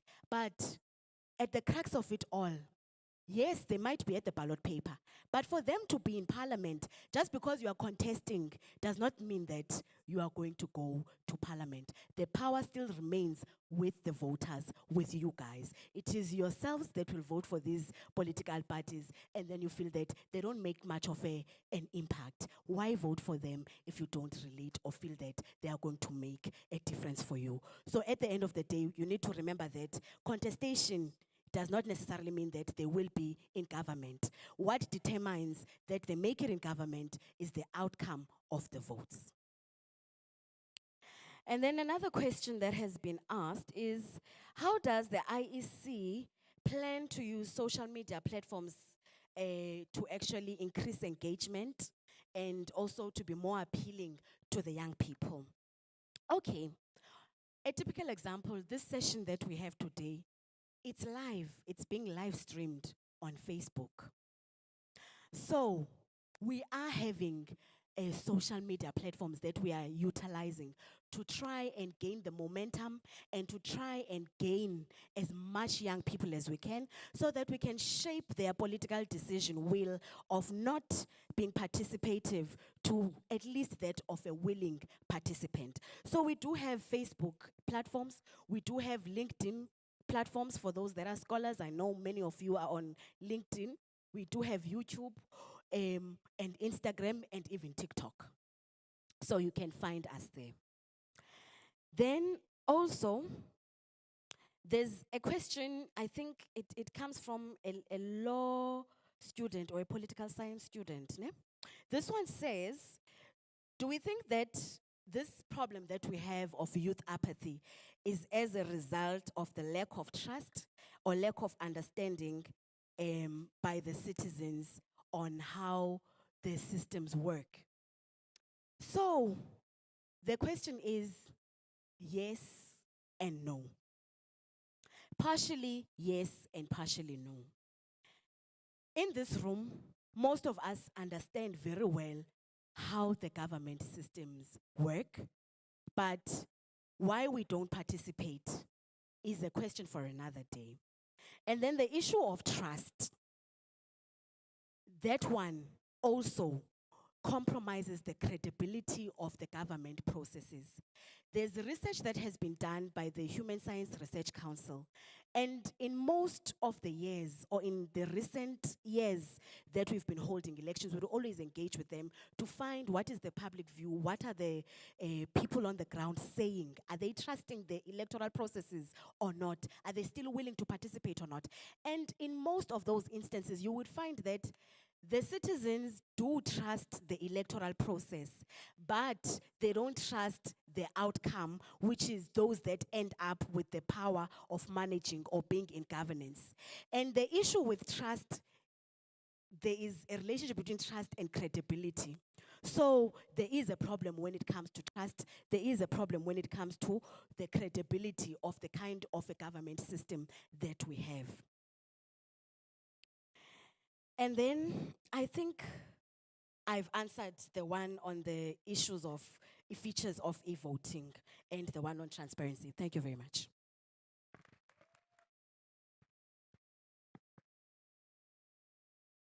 Thanks, Program Director. No, just to also comment on the issue of engaging youth on social media. Our research internally has shown that young people view government content as boring. So we have, as GSIS, we have been trying to play around our social media policy to ensure that the content that we produce appeals to the youth. As Dr. was saying, that the production of short videos and other audiovisual content. We're in that now. We are done with posting long narratives of our programs and other services. We are combining content with other audiovisual material. If you can tune in on our social media platforms, and I do invite and request you to follow our platforms because much of content of every department and entity, including IEC, we do post on our social media platforms. You can tune in now at GSIS Media. Then you will see others, your governments are the presidency and all of that, on also the IEC platform as well. We've been on the two traditional social media platforms, that is your Facebook and X.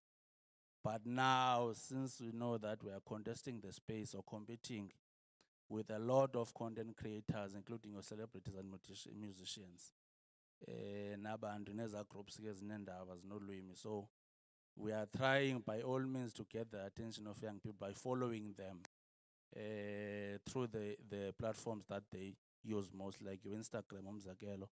All government departments and entities have Instagram pages. We do have, as the GSIS, we do have a TikTok page that is on national, and even us as the provincial office of GSIS, we do have a TikTok page. We're also on LinkedIn. We're also on X, as I've said. So we do invite you to check the content. You can also comment there if it's boring. You can say, this is too long. Try to summarize so that you're able to see what is I improve. So we try by all means to ensure that our content is not boring. We're also benchmarking on the language and writing styles, like your Nandos. You see the writing style of Nandos on social media. It's just 2 lines, then you get the message. Yeah, but so we're trying to benchmark on similar marketers or communicators as well. Usisibusisiwe also mentioned in Dobana, what's the point of voting for the same old people as youth? I think it goes back to what Premier was saying earlier here, the issue of activism as young people. If we're active enough to influence decisions through voting, we are able then to be presented or represented in councils of Maspala. We are able to represent provincial legislators, parliament, boardrooms as well of government institutions. Because the leadership that we have, Nyani, is aging politically. In some instances, administratively as well. So if we're active enough, we'll be able to penetrate and get to those positions. Obviously, or the educational qualifications also supporting our activism as well. Thank you very much, Program Director. Okay, I think this is the last round of questions. Ixesha liqhatshwe yinja. We're going to need to let go of certain resources because they're required elsewhere. We'll start there. Noko alumni endala. Noko sawuqala ngapha. Then siye nansi itafile bendiyivimbile leya itafile inezandla ezininzi. Then siye ngapha. Okay, kandiyibone le. Okay, make. So masivale kwezi zinhlanu izandla. Oh hayi nezikaxhamela ndizazinika noko. So sizayivala apha. And then sir. Okay, mandizibulisela kumntu wonke. It's Mbeko Xhonkxa from Ngqushwa.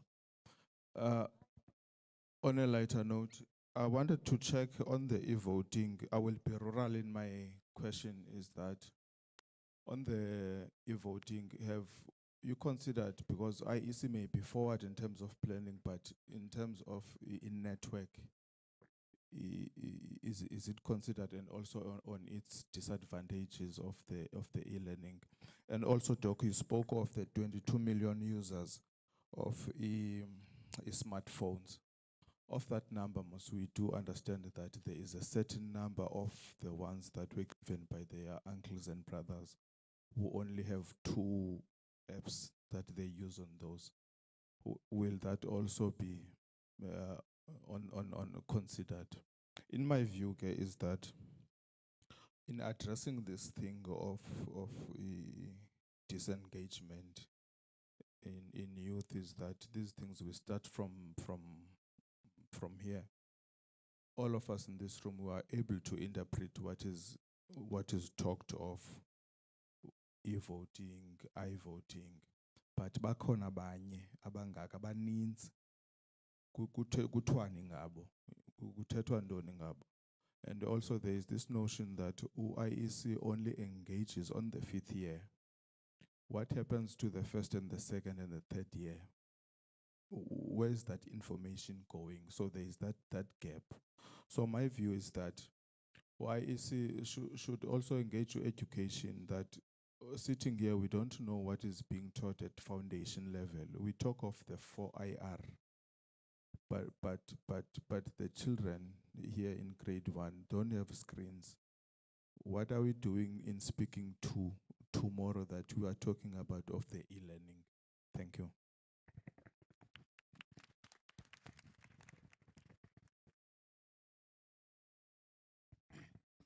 Thank you very much, Program Director. Let me first greet all the IEC officials, the panelists, and also all the municipality officials. I know the councillors that are here. Special greetings to my ward councillor, Mr. Luxolo Ngala, ward councillor for 11. And let me also greet the GCI staff, all the student formations and organizations and substructures that are here. And let me lastly also greet the outgoing SRC. I see there's premier secretaries here, residence officer and academic office. I think we are left with 3 weeks in office now, so we are outgoing. My question is very simple. I have around 3 questions. Firstly, on national common identity, I think Dr. Fobosi talked about, in his speech, talked about unemployment, where he also made example of his brother. Then he also talked about the constitution. But I don't want to deal much with unemployment, because I can say unemployment on its own is a common identity for us as young people.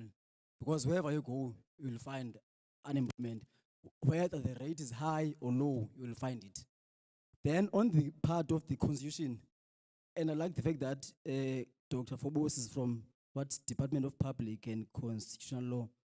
There's a saying and that is said that a constitution, yes, South Africa is one of the best constitutions in the world. I'm not sure if you agree with that, Doc. But what I want to ask that, if that is the case, why then this constitution is not working for us? Is it too democratic or what? Because I can tell you now, our constitution is not working for us. I think we've seen it in different cases and different scenarios, but it is said it's one of the best constitutions. So I want to ask that question, Dr. Yuba, why then is it not working for us? Is it maybe it's because it's too democratic or what? Then moving on to IEC. To IEC, I want to know what is the stance of IEC on the national dialogue? You know, there's a national dialogue that is said is being taken place, but we're still waiting for it. Because it's not national when it's not involving the national citizens. So I want to know the stance of the IEC in the national dialogue.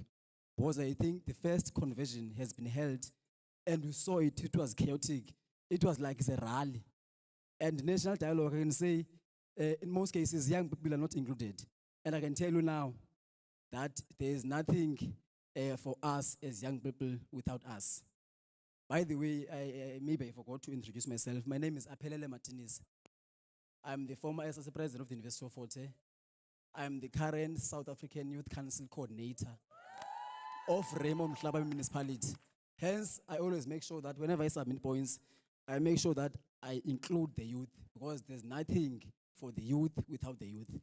Now, the national dialogue, but by national dialogue. So I wanted to know the stance of the IC on that. Then lastly, on e-voting. On e-voting, thank you very much for your presentation, Mrs. Avi Mbambo. Let me say doctor, because you are incoming doctor, Dr. Avi Mbambo. It's a blessing. Yes. Thank you very much for your presentation. But I'll start to say here, I saw an article by the IEC CEO, I think it was last year, not sure the name of the CEO is Mamomolo, somewhere around that, where he was presenting in the portfolio committee in parliament. Then he said the growing number of political parties has made the ballot paper increasingly long and costly, which was one of the reasons that they want to implement e-voting. Then, of course, the ballot paper is going to grow each and every time because recently it was announced that we have more than 600 political parties. But I don't think that is the reason that because of growing number of political parties and costing of printing of ballot papers, we must then move to e-voting. I think from the considerations, I haven't heard the real reason or the real advantages to why IEC is pushing for e-voting.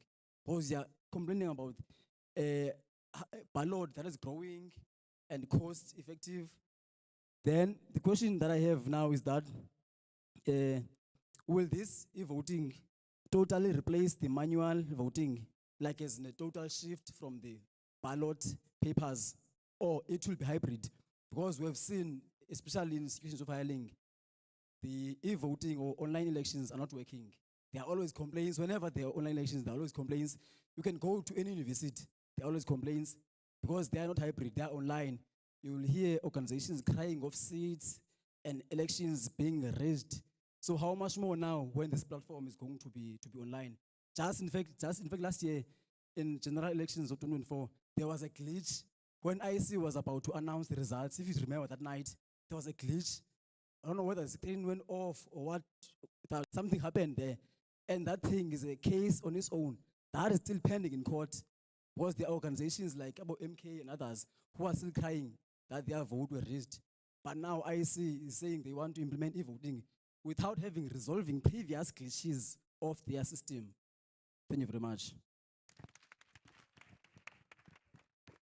I think let's limit questions to one at a table, because it's not going to assist us. We, ladies and gentlemen, we do have time constraints, please. Thank you very much. My name is Buhle Kutongwana.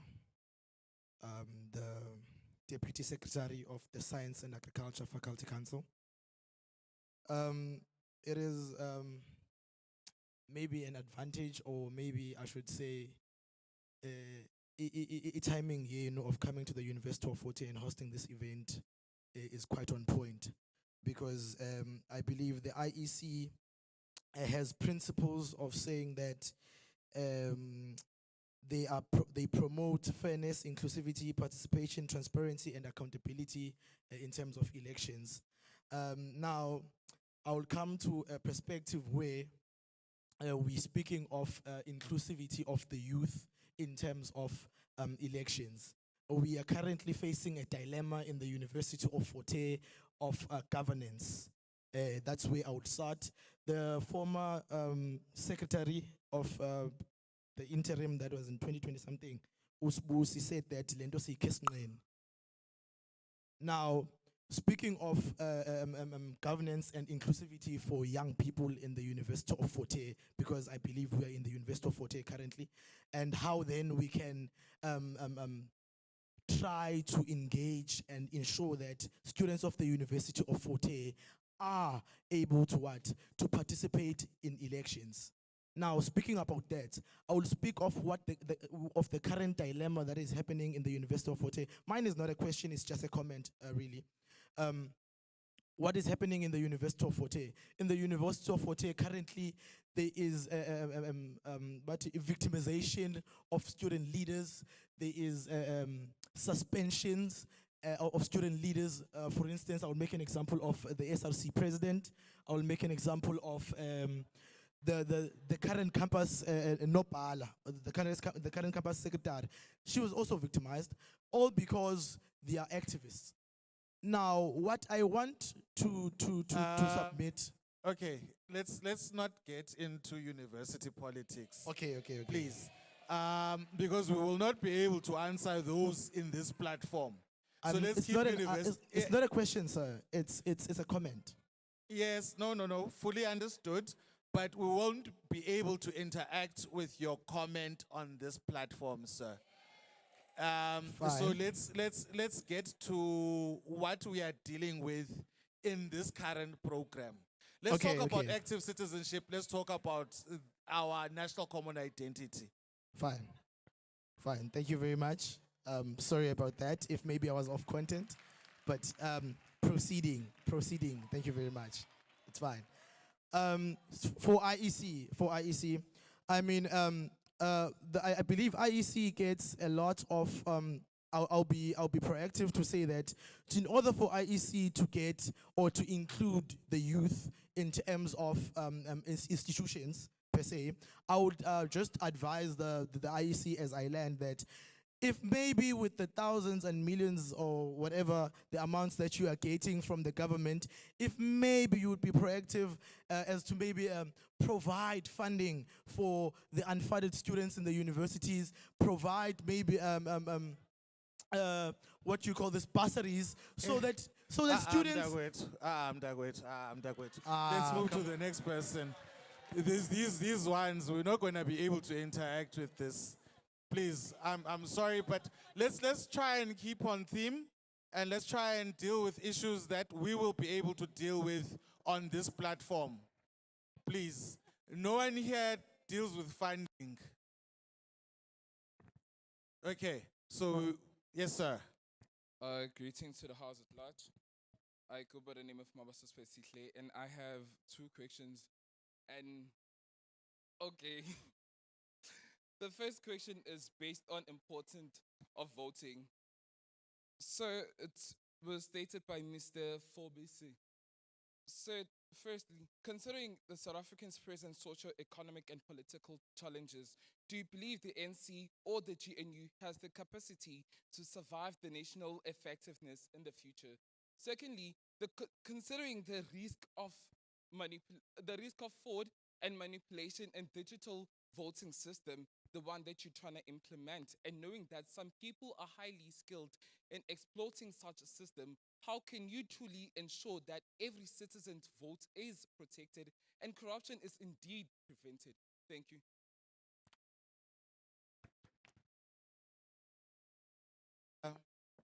Yes, Wusu, right there. Yes. So that's the last hand we're taking. Oh, sorry. This is the last hand we're taking. No, thank you very much. Ndiyibulisa indlu yonke. Igama ngumzwabantu Ntshiti. I'm a student at Walter Sisulu University and a young activist. My input is going to be a comment. It's not going to be a question. One, I think partially I support the idea of an e-voting system. And this is because some of us, in fact, all of us here, we exist in institutions of higher learning that are voting stations, where there is less to no political education, which opens up for political intolerance. I am saying this thing because I was held at gunpoint by a criminal of the ANC last year, a campaign. No, I'm just being honest. Forgive me for being honest. So I think it opens up also for eradication of the factor ebisibambile last year, where young people could not vote in numbers because they had not changed their VTs. Sasibabukela abantwana bejikiswa kwi-voting stations. They were ready to vote for Julius Malema. Qha ke ngoku abatshintshanga VTs. Bayajikiswa I'm Dagwet. Leadership, I'm being honest here. Yabona, and I'm going to make you come from that institution I graduated from, but I'm going to make you bencinga ukuba sizawungena sibe vibrant content, not name calling parties, and it's irrelevant for our current situation, mntakwethu. Ngoku ndiqonde yho ndizawuzibiza ezikaXhamela. Okay, thank you for the opportunity to speak. Molweni nonke bethunana. Igama ngamzolele, student social worker salapha University of Fort Hare. So if ndikuvotele ndingakwazi ukukhupha na and I want to ask kwi IEC uba so kweza communities whereby you find out uba there's a high inequality, there's high poverty, and there's high corruption. how's the IEC planning to reach out to those communities and villages to ukuthetha ngokuba niba encourage ba vote abantu baphayana because ba discourage nyani and ba under poverty inkosi.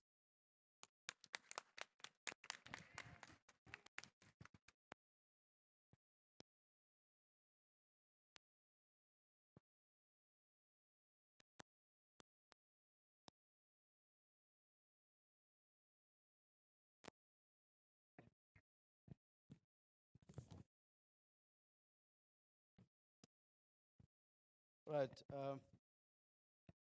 Thank you so much. Thank you so much. Well, first of all, I think it's important. I think it's important that we respect what we are here for. But that we don't use the opportunity to raise our political agendas. But it's important that we know that we are here for the national question, and that is the question of civic participation. Right? It's not about what is happening at the university. Please, I ask that we respect that. Right? Please, please. Right. Thank you so much. There was a question around youth disengagement. Especially, I like the fact that you referred to some of the people, the young people that are not here. Well, it's good that most of you are here, but there are those that are not here. In fact, they are here in the university, but they are not in the university. Or maybe some of them, most of them, they are seated at home in your deep rural areas. They don't even have access to smartphones, right? They don't even know that how to get to the University of Water for that matter, right? So, and that pains my heart for that matter because I'm from a rural area. I do see these people. I do see them, and that's why in most of the cases, I establish, I conduct research, to actually speak to these issues, and then I write about those issues, such that so even people from deep rural areas can have benefits that we have in urban areas, right? And one of the things that I think can be done to address that issue is using, for example, your traditional outreach methods, such as radio, community newspapers, right, posters, right, and also maybe churches as well can actually be vocal in some of these issues, and such as they educate people in communities about voting and about the importance of voting.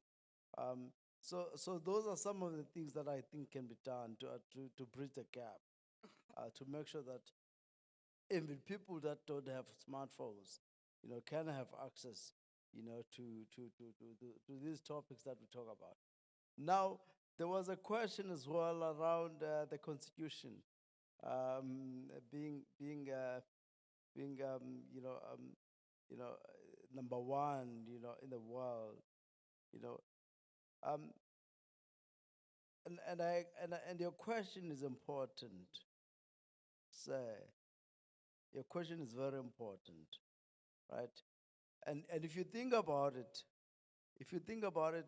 that question itself has an answer, right? So when you ask that question, you're already thinking that, oh, maybe then the fact is that what the problem is that it's the implementation. That's what the problem is, right? So the challenge is not the constitution, right? It's not the constitution itself. It's leadership, right? It's accountability, right? It's active citizenship, right? And all these that I've mentioned, right? They are values that should ensure that the constitution, achieves what it says to achieve, right? So the constitution is there, but then the people that are actually elected, to actually implement, what is required, right? That's a different story, right? So it's important that we know about what is available, about the issues that are there, and how to engage with those people, and how we can actually advise in terms of how they can bring about change, so that the constitution is held, going forward. Thank you so much.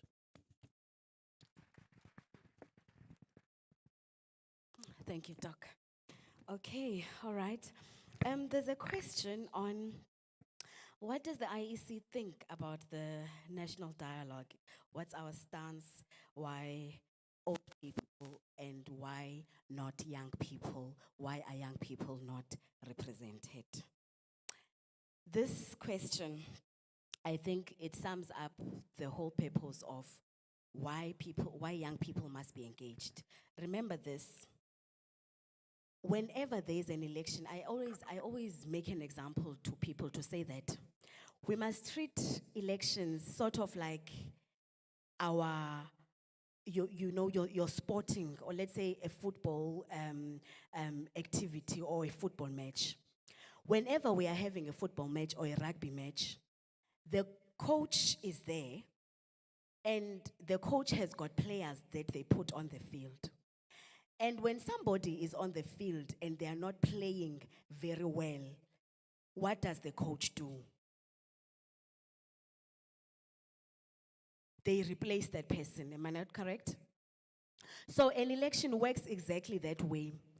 You as the voters, you as the citizens, have that right and have that advantage of being the coaches to decide who is going to play and who is going to be on the forefront of governance. Now, secondly, to the same question again, when we say that we as young people are not represented, who has got the powers, or who can make that change or make that difference? Again, it boils back to the young people not being engaged and not playing a role. If young people were there and saying, I want to contest, I want to be a part of this process, definitely they would be represented. But it is the young people that are deciding to stay away and not be a part of the process. So if you are not willing to be a part of the process, how are you going to be represented? How are we going to find young people in these structures if young people are disengaged and they don't want to be a part of these formal structures that are dealing with national issues? So it starts with us. Then again, there's the issue that came, I think, even in the previous round. Everyone is concerned to say that, is the IEC visible enough?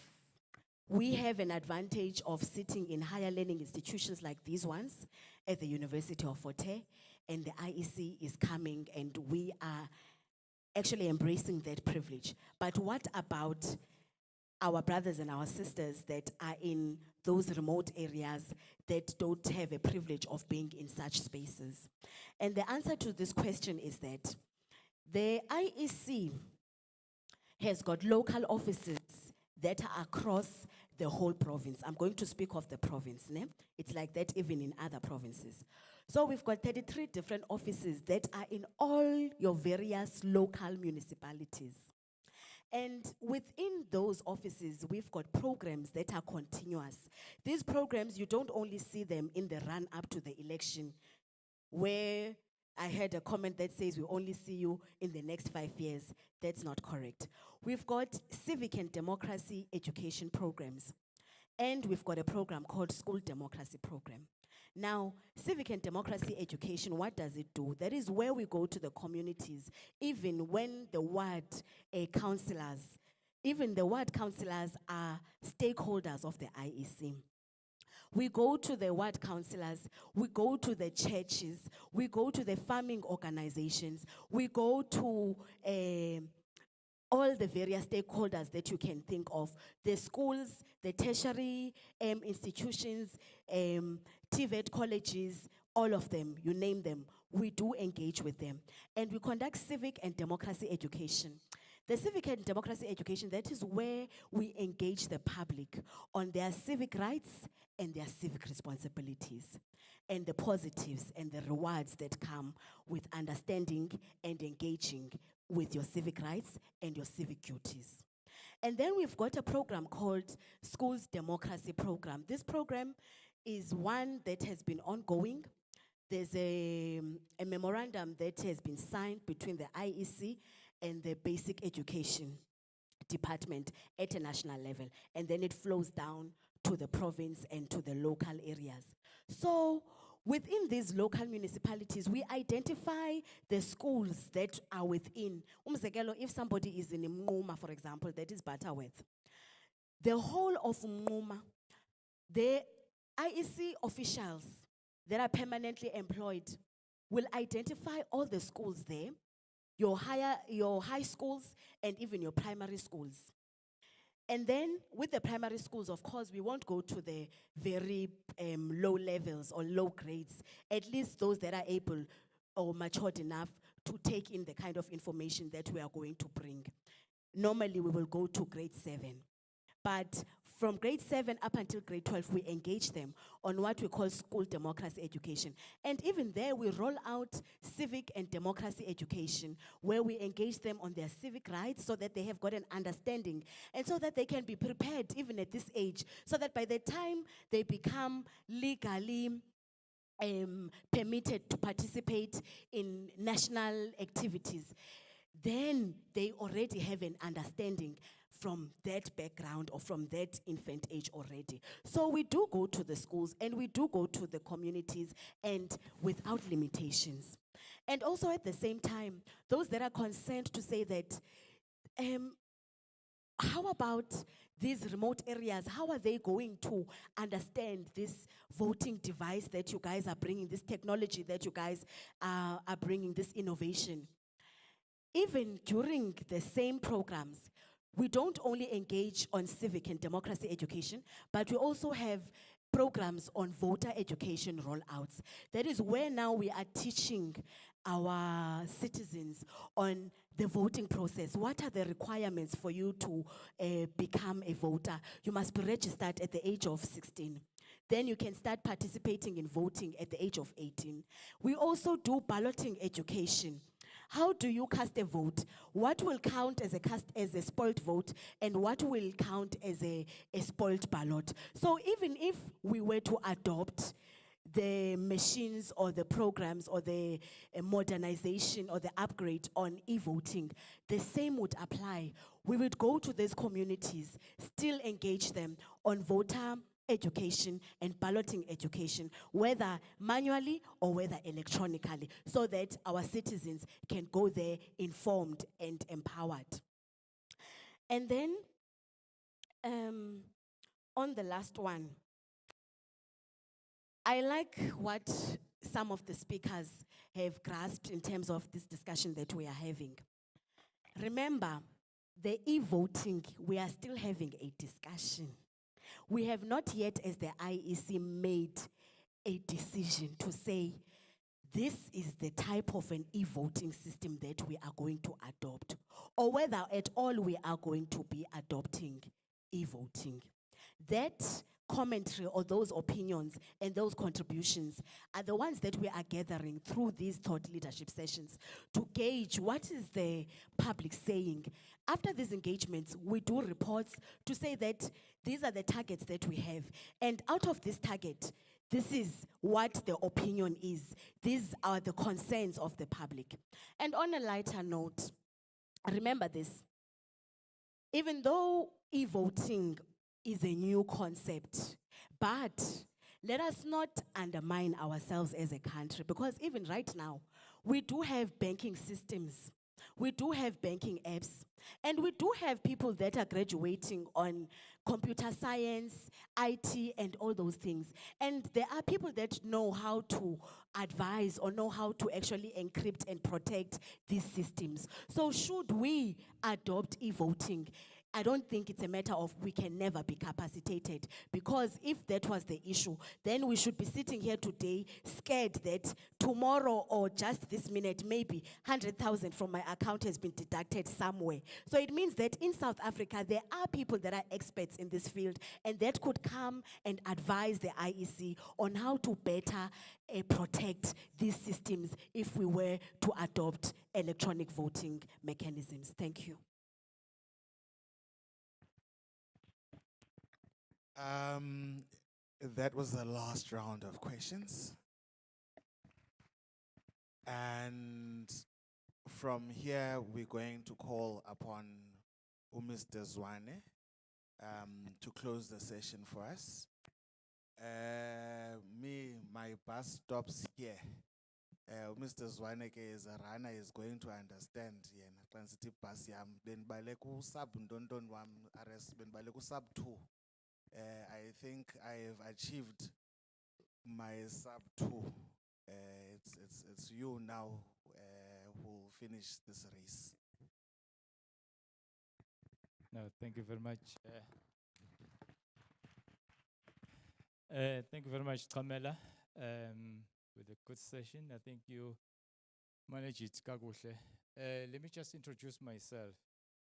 La mnumzane uqale kamanje lana. Yebo ndiyacela if besinexesha uba uyiphinde la ngoma ke nithi uchansa kancinci, but we don't have time.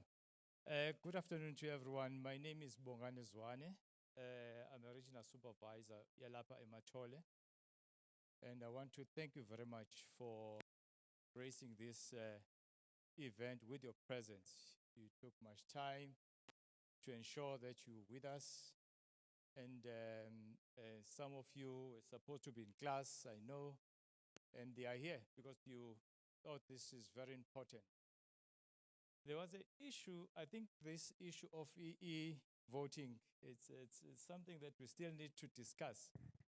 And I'm glad you've presented us very well. And you indicated that the IC has not taken any decision yet.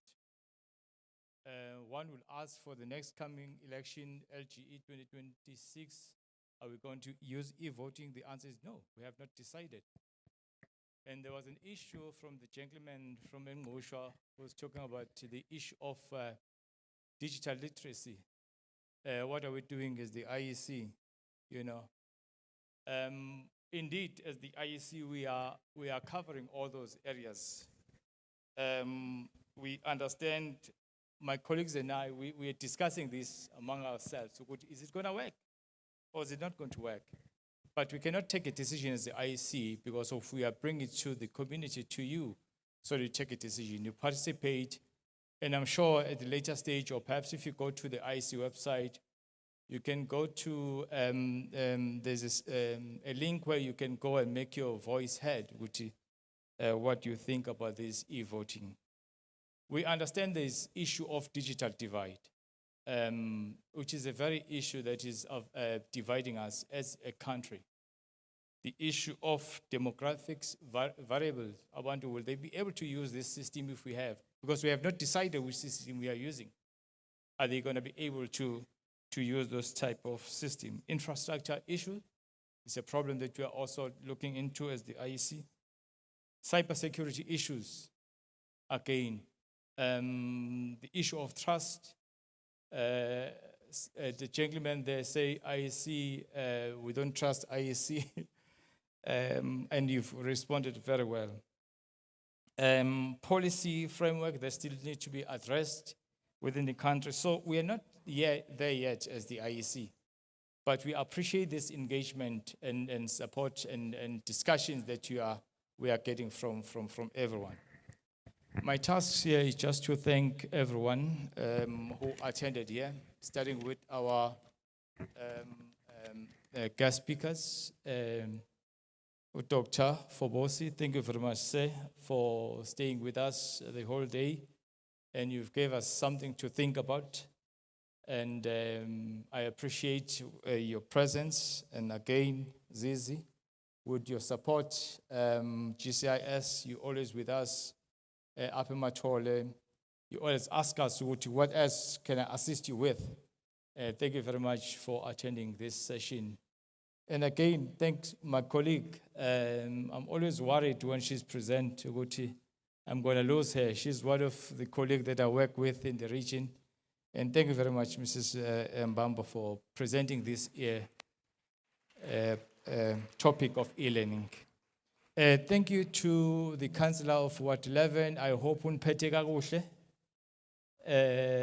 And as the Councillor for this area, the SRC leadership, thank you very much for supporting this initiative and always being there when we knock into your institutions. This is not the only assistance that you are giving us. Also, we just had a program there that we are running with to register people, because it's important for each and every one of us to be in the voters' roll and in the correct segment of the voters' roll, because the coming election, and someone here said people were chased away because they were not correctly registered in the correct voting station. So it's important that you register in the correct voting station. Thank you very much to the students of Forte for coming in here. Student from Ewusu, thank you very much. Hope you travel safe back home and you've gained something out of this engagement. And also a student from King Yinsa. We've also invited political parties that we are working with around Amatole, and also traditional leaders. Unfortunately, because of competing activities that we have, they were not able to join us. Thank you very much to everyone and to our organizers, our chair. Thank you very much. I think we had a very fruitful event. We're going to be able to report back to our superiors. We had a very successful event. Thank you very much. Thank you, sir. Okay, so beke kwathethwa nge-refreshments. What is it?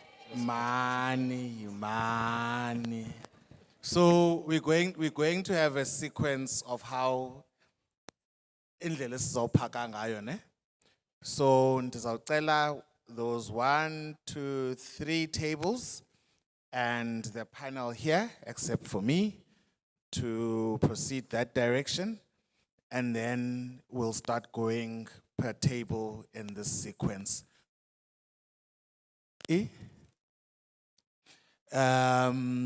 From that side there. So a sequence here to Ambasone until we are done there. And then what did I?